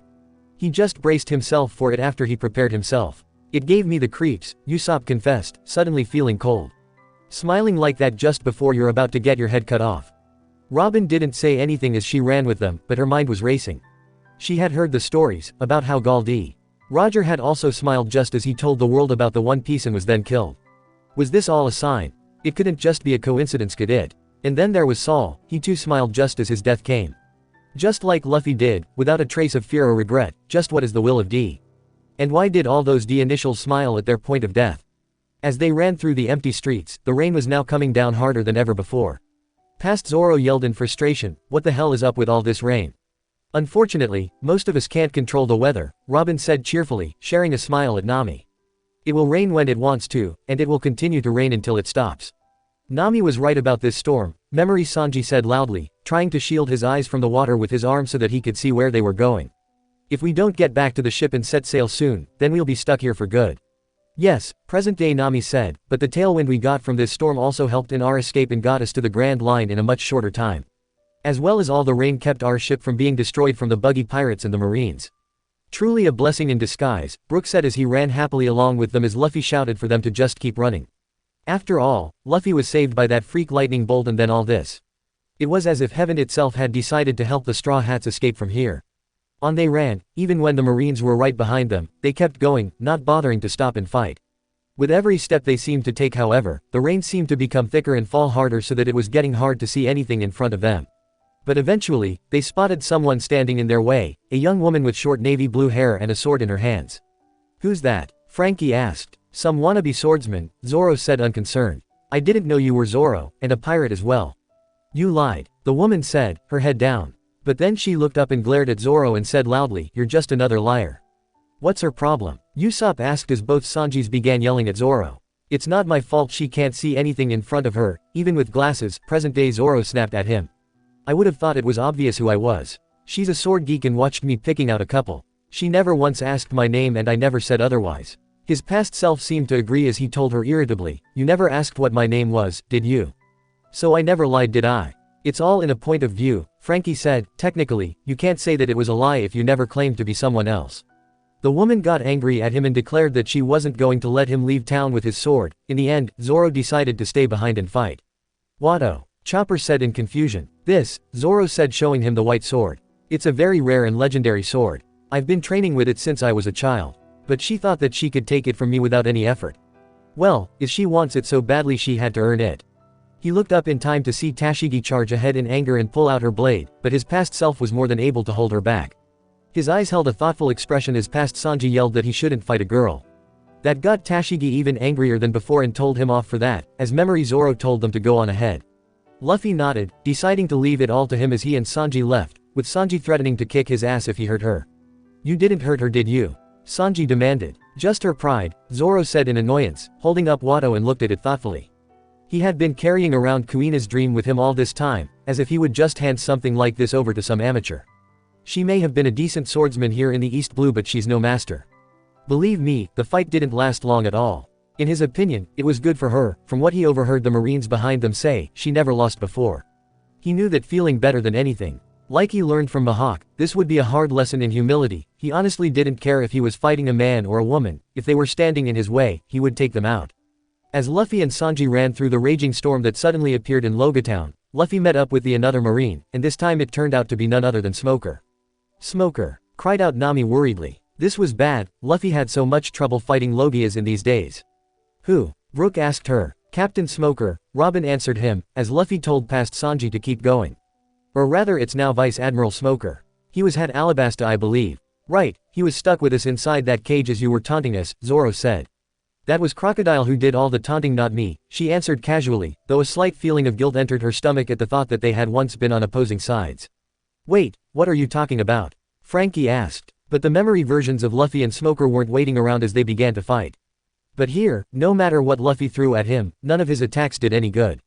"What is this guy? He's made of smoke," Brook yelled in surprise. "He ate the smoke fruit," Robin answered, remembering reading up on him as Luffy jumped around and tried a Gatling gun on Smoker. However, his attacks just ended up going right through him like smoke. "A Logia type. What's wrong?" Smoker challenged. "Had enough already." Luffy slowly go back up and tried to attack, but nothing he did worked.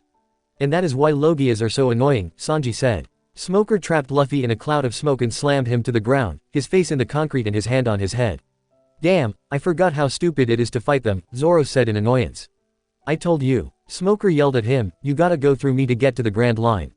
You're not worth 30 million berries. Huh, your luck's run out. Wait, how'd he get out of this one?" Usopp yelled as Chopper screamed out angrily, "Of course he's worth that much. Don't you know what they had to go through to get that?"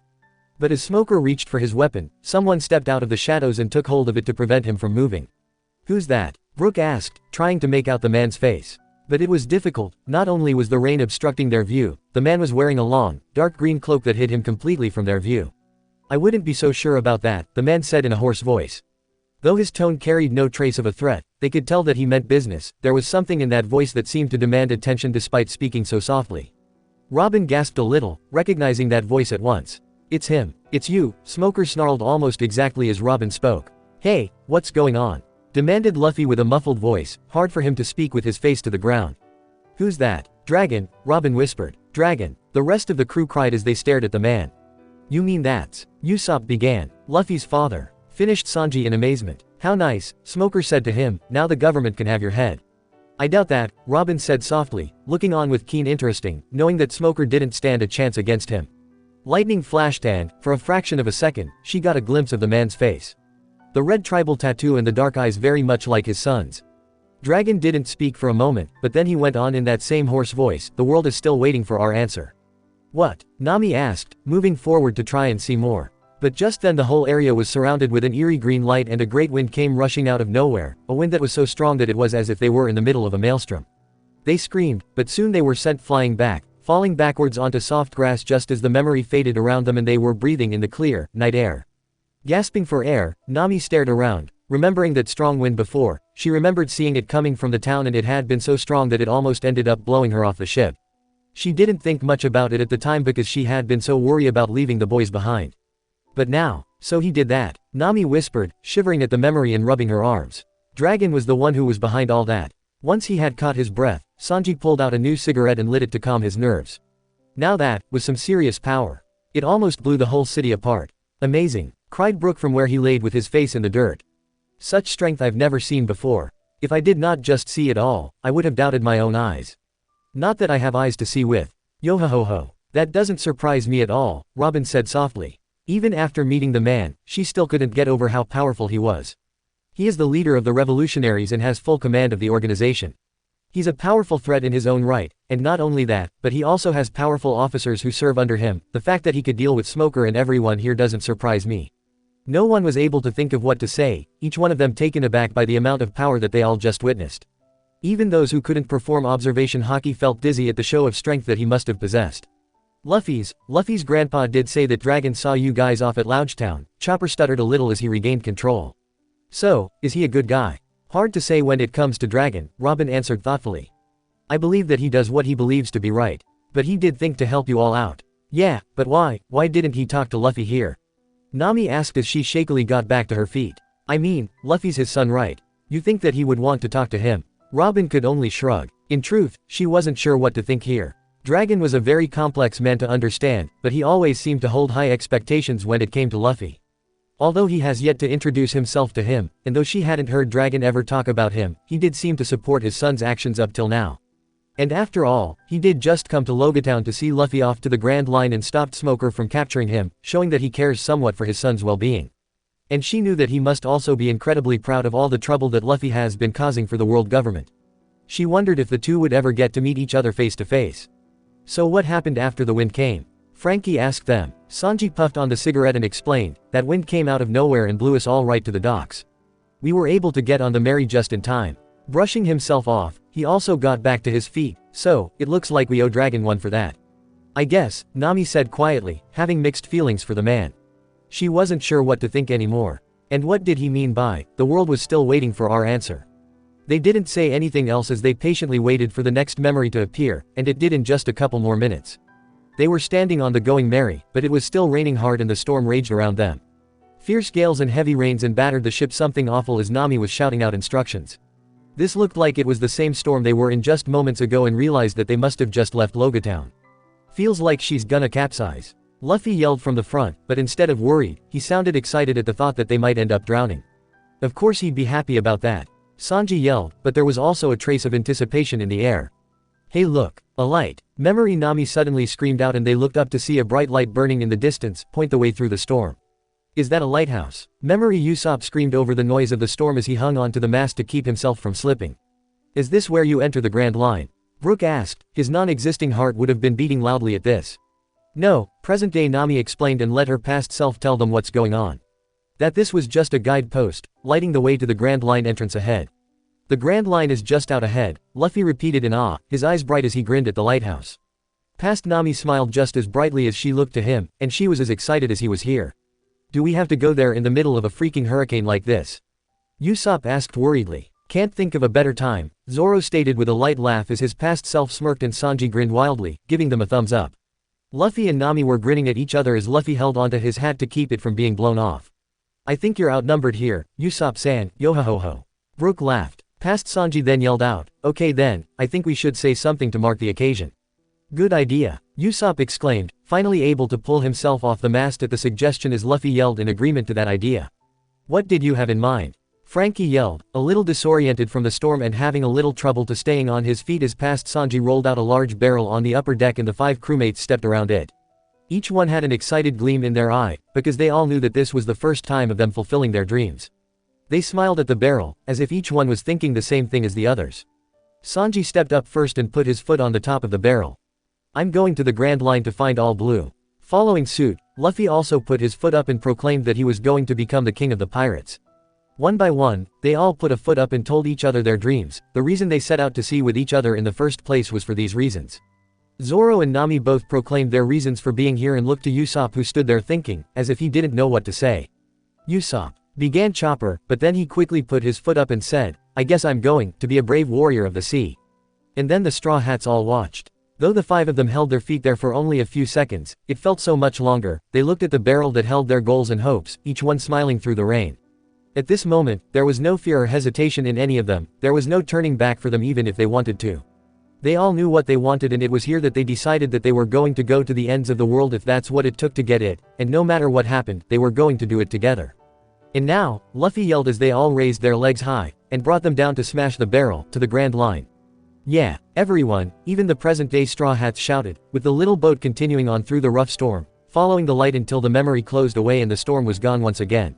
Oh, Frankie said, sniffling where he stood. That was so touching. So it was here that it all truly started, huh? That was the moment that you all decided to go to hell and back again. I wish that was me in there. I wish I was there with you guys too. Chopper cried out, wishing more than ever that he had joined up with them sooner. Truly a special ceremony to mark the first step in your journey. Proclaimed Brook, it makes me wish that we did the same thing when I came to the Grand Line all those years ago with my first crew. I wonder, Zoro said thoughtfully. While he knew that they all learned a lot since that night, but he wondered that if there were still parts of him that hadn't changed at all. For example, Nami was still the scheming thief, Usopp was still a liar, Luffy was still an idiot, and the cook. Well, he was still a jackass. In so many ways they were still the same people who made that vow, but in other ways, they're totally different. He glanced up to the sky, he wondered just how much he had changed since then. You looked a little unsure of your own dream there, Usopp-san. Brook suddenly asked, and Usopp jumped a little in surprise at that. Oh, well about that, he said with a high laugh as he rubbed the back of his head. I always knew what I wanted to become, I just never really knew how to put it into words. I wanted to be a pirate and be brave like my father so that I could go out on amazing adventures and risk my life out here on the open seas, but I guess that I never really thought about what I really wanted to do till then. I mean, he looked to them all, you all knew what you wanted for years. Maybe, Nami told him smiling.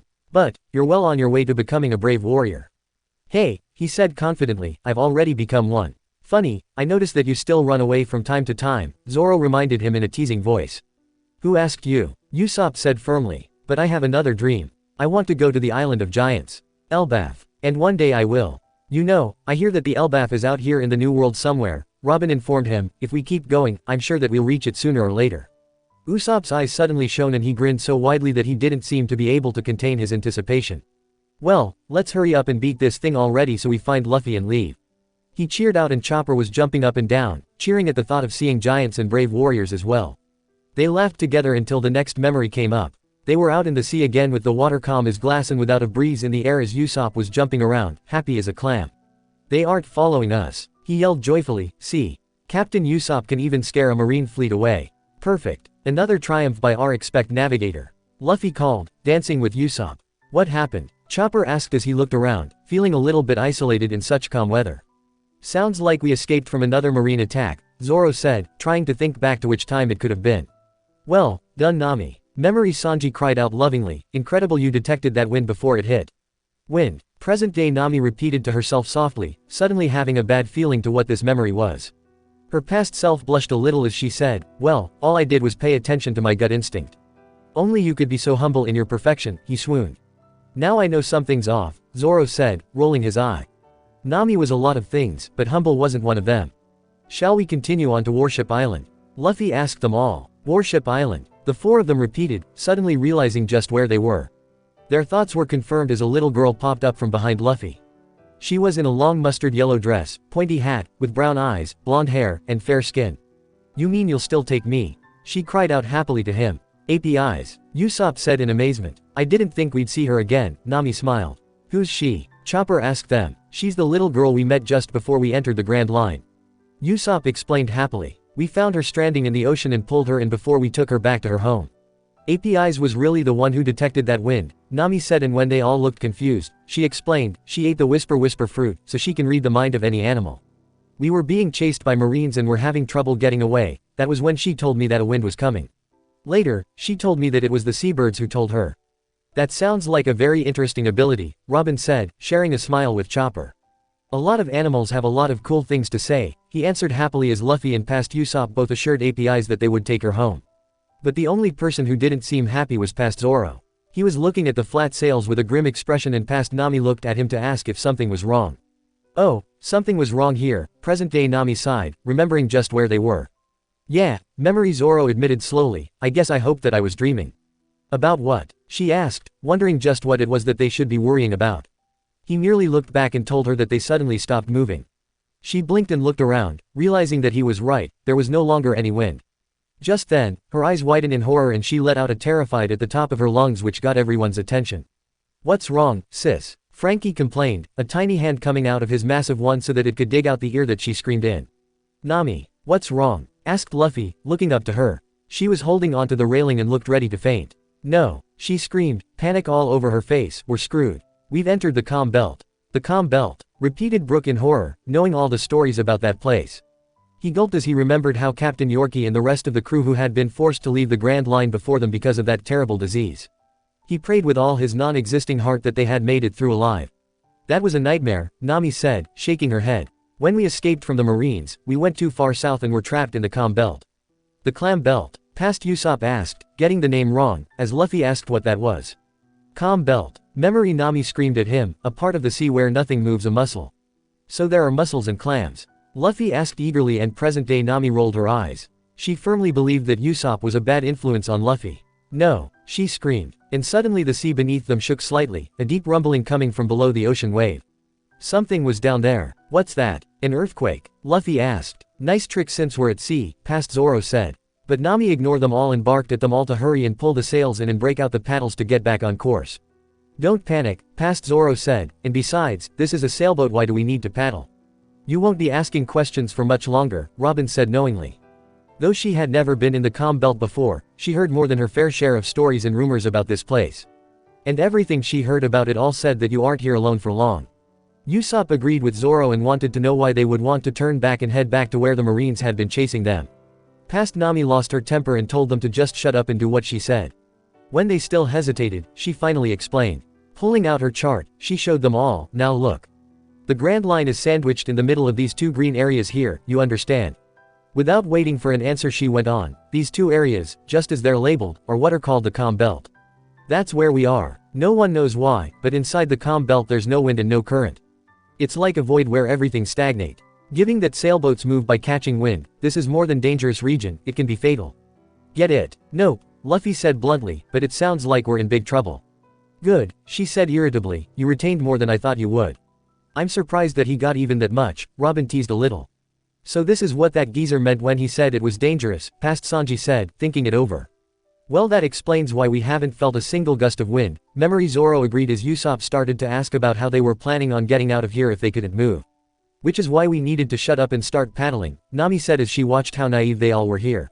Maybe the wind will start blowing again. Luffy offered optimistically. Wind never blows in the Calm Belt. Past Nami yelled at him. And that's not all. There's another very good reason why people call this place dangerous. It's infested with, but she never had a chance to finish explaining. The sea around them rose up and Nami screamed, here they come. All at once, they were up in the air, surrounded on all sides by sea kings. Dozens of them of every shape and color, but all of them gigantic, and they happened to be sitting on the nose of one of them. Chopper, Usopp, and Brook screamed here, the sight of such behemoths sent waves of terror down their spines. Each and every one of them was so big they could have eaten them, ship and all with a single bite. Why is everything in the Grand Line have to be so big? Usopp whispered, breathing hard as he tried to get his heart to calm down. They were safe, they didn't have to worry about getting eaten here. They're as big as Sarum. Chopper cried out fearfully. Past Nami was now clinging to the mast with Usopp as tears fell from her eyes. The Calm Belt's also home to the Sea Kings. She told them all, it's their main place for breeding. They're the biggest reason why people can't cross the Calm Belt. Otherwise there would be more people going in and out of the Grand Line, Brook said softly, his mind still on his old crew and wondering just what happened to them. He doubted that he would ever find out, and a part of him had a bad feeling to what must have happened, but he did his best not to dwell on that. He focused only on watching APIs and the Straw Hats, all frozen in fright as the Sea Kings all surrounded them. "Why aren't they attacking you?" Frankie asked in surprise. He thought for sure that they would have swallowed them by now. "Well, if they are giants to us, there is a good chance that they didn't even see them yet," Robin offered. "Yeah, I think that was the only reason we weren't dead yet," Nami confessed as past Sanji hissed to the others on having any ideas to how to get out of this mess. Memory Zoro had one. "Yes," he said, "everybody don't move a muscle. We don't want to give them any reason to stick around and eat us. Once they're gone we'll paddle back, got it? Right now, that's all you can do," Frankie said, unusually quiet too. It just seemed wrong to speak any louder than that at the moment, since you don't have a coup de burst to get you guys out of here. Too bad not everyone thought that was a good idea. You call that a plan? Usopp screamed out. "Idiot," Present Sanji snapped as he slapped him upside the head. "What were you thinking? Did you have to shout like that?" "I'm sorry," he said, thinking how stupid he had been here. He just had been holding his shock inside all that time and just couldn't hold it back anymore. "Shut up," Nami hissed as she covered his mouth, but it was too late. An enormous frog sea king with buck teeth jumped towards them. It was so big that the Mary was about the size of one of its teeth. For a horrible moment they thought that they were all going to be swallowed. Suddenly APIs lost her footing and she was falling towards the open mouth, screaming as she went. "APIs!" screamed Chopper in worry. But clinging to the side of the Mary, Luffy stretched out his arm to catch her and swung her high out of the way, freaking out at seeing his powers. "Your arm is stretching," she screamed out in shock before asking, "Luffy, did you get your ability from eating a devil's fruit?" "Yeah, that's right," he yelled back as she then yelled, "Hey, stretch your arm down again." "What's she thinking?" Brook cried out, wondering just what that little girl had in mind. "Don't worry," Nami said smiling, "she may be small, but she's fearless and smart." Luffy was looking surprised at the order, but he did as she said as the others screamed at him. But she swung around near the Sea King's nose and yanked a nose hair. "Oh dear," Robin said with a little giggle, knowing just what was about to happen. "We're in for another wild ride," Brook called excitedly. "What the hell did she just do?" Memory Zoro yelled. "Yanked a nose hair," Luffy yelled back and the beast began to twitch and its eyes watered. Both past Usopp and Nami were screaming in fear as past Sanji bellowed out, "Brace yourselves, I think this behemoth's gonna sneeze." Luffy had brought APIs back and Zoro caught her just in time. She grinned at him as Luffy stared at the hair, giving him the thumbs up as Luffy yelled out, "Get ready, we're going for a ride." And like that they were sent flying through the air, skipping over the water like a stone, screaming the whole way. But Luffy was loving every moment of it. "Oh wow," he yelled, looking around as they were sent flying. They 6 of them were hovering above the deck. "It feels like we're flying." Past Usopp was looking freaked out as he screamed, "In case you haven't noticed, we are flying." "Yo ho ho ho. You all seem to be flying a lot." Brook laughed joyfully as they soared over the Sea King's heads and landed with a loud splash. That was when it all faded around them. "What happened?" Robin asked them all, wondering why it all ended there. "We landed right back on course," Nami said in relief. "And that was our first encounter with what was waiting for us in the Grand Line. Thankfully, we got away from that without any trauma." "Do you really think she's okay?" Usopp asked her. "I mean, she's still home protecting the dragon's nest, isn't she? All by herself." "I'm sure she's just fine," Nami said firmly. "Dragon's nest," Robin repeated in surprise. "Right, might as well tell you guys the whole thing," Sanji said, and explained the whole story. They explained that after they escaped from the Calm Belts, they continued on their course to Warship Island to take APIs home.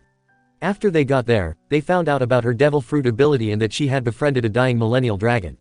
She wanted to return him to his homeland called the Dragon's Nest, but they run into several problems. By trying to protect the dragon, who she named Grandpa Ryu, from the Marines, APIs ended up captured by Commodore Nelson. The reason that they found her floating in the sea was because she escaped the Marine ship on the night of the storm and they continued to come after her. When Chopper asked why they wanted Grandpa Ryu, Nami told him that it was because the bones of the millennial dragons was used to make a powerful, and valuable, medicine called Dragonite. That's used to create the legendary elixir of eternal life, is it not? Robin asked in surprise and Chopper was looking amazed at that. "Well, can't say for sure if that's true," Nami said, thinking it all over. "But because of that, they wanted to kill Grandpa Ryu for his bones." "That's horrible," Chopper yelled in outrage. While he was fascinated by the idea of such a medicine, he couldn't stand the thought of killing someone for it. "Exactly why we wanted to help them," Nami said smiling. She explained how the commander had hired a mercenary named Eric, who had the powers of the sickle fruit and was capable of slicing through the air itself, creating razor-sharp vacuum blades like Zoro's flying blade attacks. In the end, the 5 of them helped APIs and Grandpa Ryu run away from the Marines, taking care of her as they tried to find Lost Island. "Odd name, why is it called Lost Island?" asked Brook curiously. "Because it sank into the sea about 1,000 years ago," Usopp said. "Wait, what?" Frankie yelled incredulity, then how were you supposed to find it? That was the hard part, Sanji said. And so in the end, after many struggles, they were able to find the lost island and were able to fulfill Ryu's wish of being brought back to the nest. They had even offered APIs the chance to join the crew, but she decided that she wanted to stay and protect the island and the nest. You know, she was almost like a full-blooded member of the crew, Zoro said, thinking it over. It would be nice to see her again, Nami laughed. I'm looking forward to going back to the East Blue someday to see it. The next memory finally appeared, and they were in the Mary's cabin with Usopp at the ship's head helm and the others were sitting at the table. Nami slammed the chart down in front of them. Take a look, she said darkly. I'm familiar with the rumors and these drawings confirm it for me.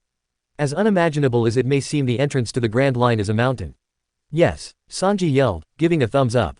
This is when we get to Reverse Mountain. Finally, Zoro said, now feeling a sense of excitement going through him at the idea. Mountain, repeated Luffy in surprise. So what? Past Zoro asked, do we crash into it? And what purpose would that serve other than killing us? Present Sanji asked him mockingly as his past self leaned over to see the map for himself. I didn't believe it, but the map's clear, memory, Nami said firmly, pointing to the little lines that crossed on the picture of the mountain. The mountain seems to be riddled with small canals, so we might have to go up and over it. Ah, sounds like fun, Luffy said, a glass hanging from his mouth. What are you talking about? Past Zoro asked, sounding cynical. Even if there are canals or whatever, a ship can't climb up a mountain.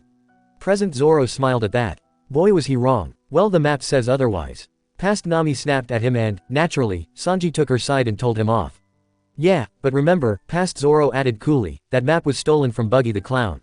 So can we trust it? That is a very good point, Robin said, thinking of Buggy. But then again, if he was going to all that trouble to get it back when Nami stole it, then it must have been the real thing.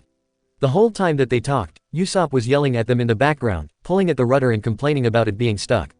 A little help over here'd be nice. He yelled. Sanji, can you please give Usopp a hand? Past Nami asked in annoyance. I can't think with all his shouting. Right away, Nami. Swooned Sanji, going over, but realizing the problem as he shoved against it. Ah, does this current seem unusually strong to anyone else? Past Usopp asked as Nami looked up at those words. The scene went on with Nami realizing that the current was the answer. That the canals did go up the mountain thanks to powerful currents of water from the four oceans being forced to the top of the mountain before they flowed back down into Grand Line. If we screw up and miss the entrance to the canal, the Going Merry will be carried right into the Red Line's rock face and likely be destroyed. She finished speaking firmly. Ship and crew would sink to the bottom of the sea. Understand? Boy, that was rough, Usopp said, thinking back to trying to get up the canal just right. It was a scare just getting there and it could have killed us. Yeah, Luffy said to Nami, his hand under his chin, and said thoughtfully, so basically it's a mystery mountain. Present Nami let out a laugh. He didn't understand a word she said. It was just amazing. Luffy can easily be amazed by the simplest of things, and can be confused so easily. Even when they try to explain it in a way that a 5-year-old could understand, he just calls it a mystery thing. Her pa self sighed. No, that's not my point at all, she said in annoyance. Anyway, since we're positioned on this current, we shouldn't run into any problems getting to the summit of Reverse Mountain. The only thing that would hurt us now is if something went wrong with the rudder. Nami, you're a genius, Sanji swooned. And still are, current, Sanji sighed as he looked at her and she smiled proudly. But Past Zoro still looked doubtful. Call me skeptic, he said, but ships do not climb up mountains. You need to be a little more open-minded, Zoro-san, Brook said happily. Well, I have heard stories, Past Sanji said, and Luffy asked if he was talking about the mountain, which he shook his head. No, he admitted, but what I have heard was that more than half the people who try to make it to the Grand Line die before they even get there. Whatever we find, it's not gonna be easy. Soon a terrible storm started off and they were running around the deck, listening to Nami's orders. They pulled in the sails just as they could see the red line appear in front of them through the mist. This is so great, Chopper yelled eagerly, practically jumping up and down on the deck, wondering just what was going to happen next. Hey, Luffy screamed from the mast, I can see the mystery mountain. The others all ran over to see what he was talking about. The red line was so tall that they couldn't even see the top of it. It was just like when they all reached the red line together, even the weather was identical to then. There were whirlpools and dark clouds above them and they were being pulled along the current. Luffy almost fell off the mast and shouted at them to hold the rudder steady and called for Nami to find the entrance. Nami stared ahead as she finished putting on a pink raincoat and Usopp cried out for directions. She told them to just keep going ahead. You can't be serious, he yelled. Don't doubt me when it comes to direction. Nami beamed proudly. I'm the navigator for a reason after all. And you're the best navigator in the world, Nami. Sanji told her lovey-dovey. Just trust me. Her past self yelled to them as Luffy finally came down from the mast and landed next to her. Have we made it? Is that the canal entrance? He asked at once. What else would it be? Frankie laughed. He knew that he had once climbed up this very mountain when he was a child, but that had been so long ago that he didn't remember it. But this was going to be good, he could feel it. More than likely, memory, Nami said, and he grinned enthusiastically. I gotta be dreaming. Past Zoro yelled, looking through the binoculars at the red wall that was in front of them. Through the thick mists in front of them they could see it. It's impossible. The ocean really is flowing up the mountain. Through several gray water gates, each decorated with elaborate images, the water was being forced right up the mountain, creating what looked like a pathway to the sky.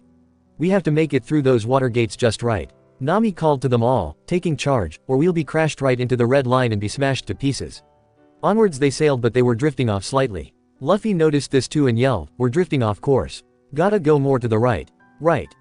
Usopp yelled as he and Sanji pulled on the rudder, you mean starboard.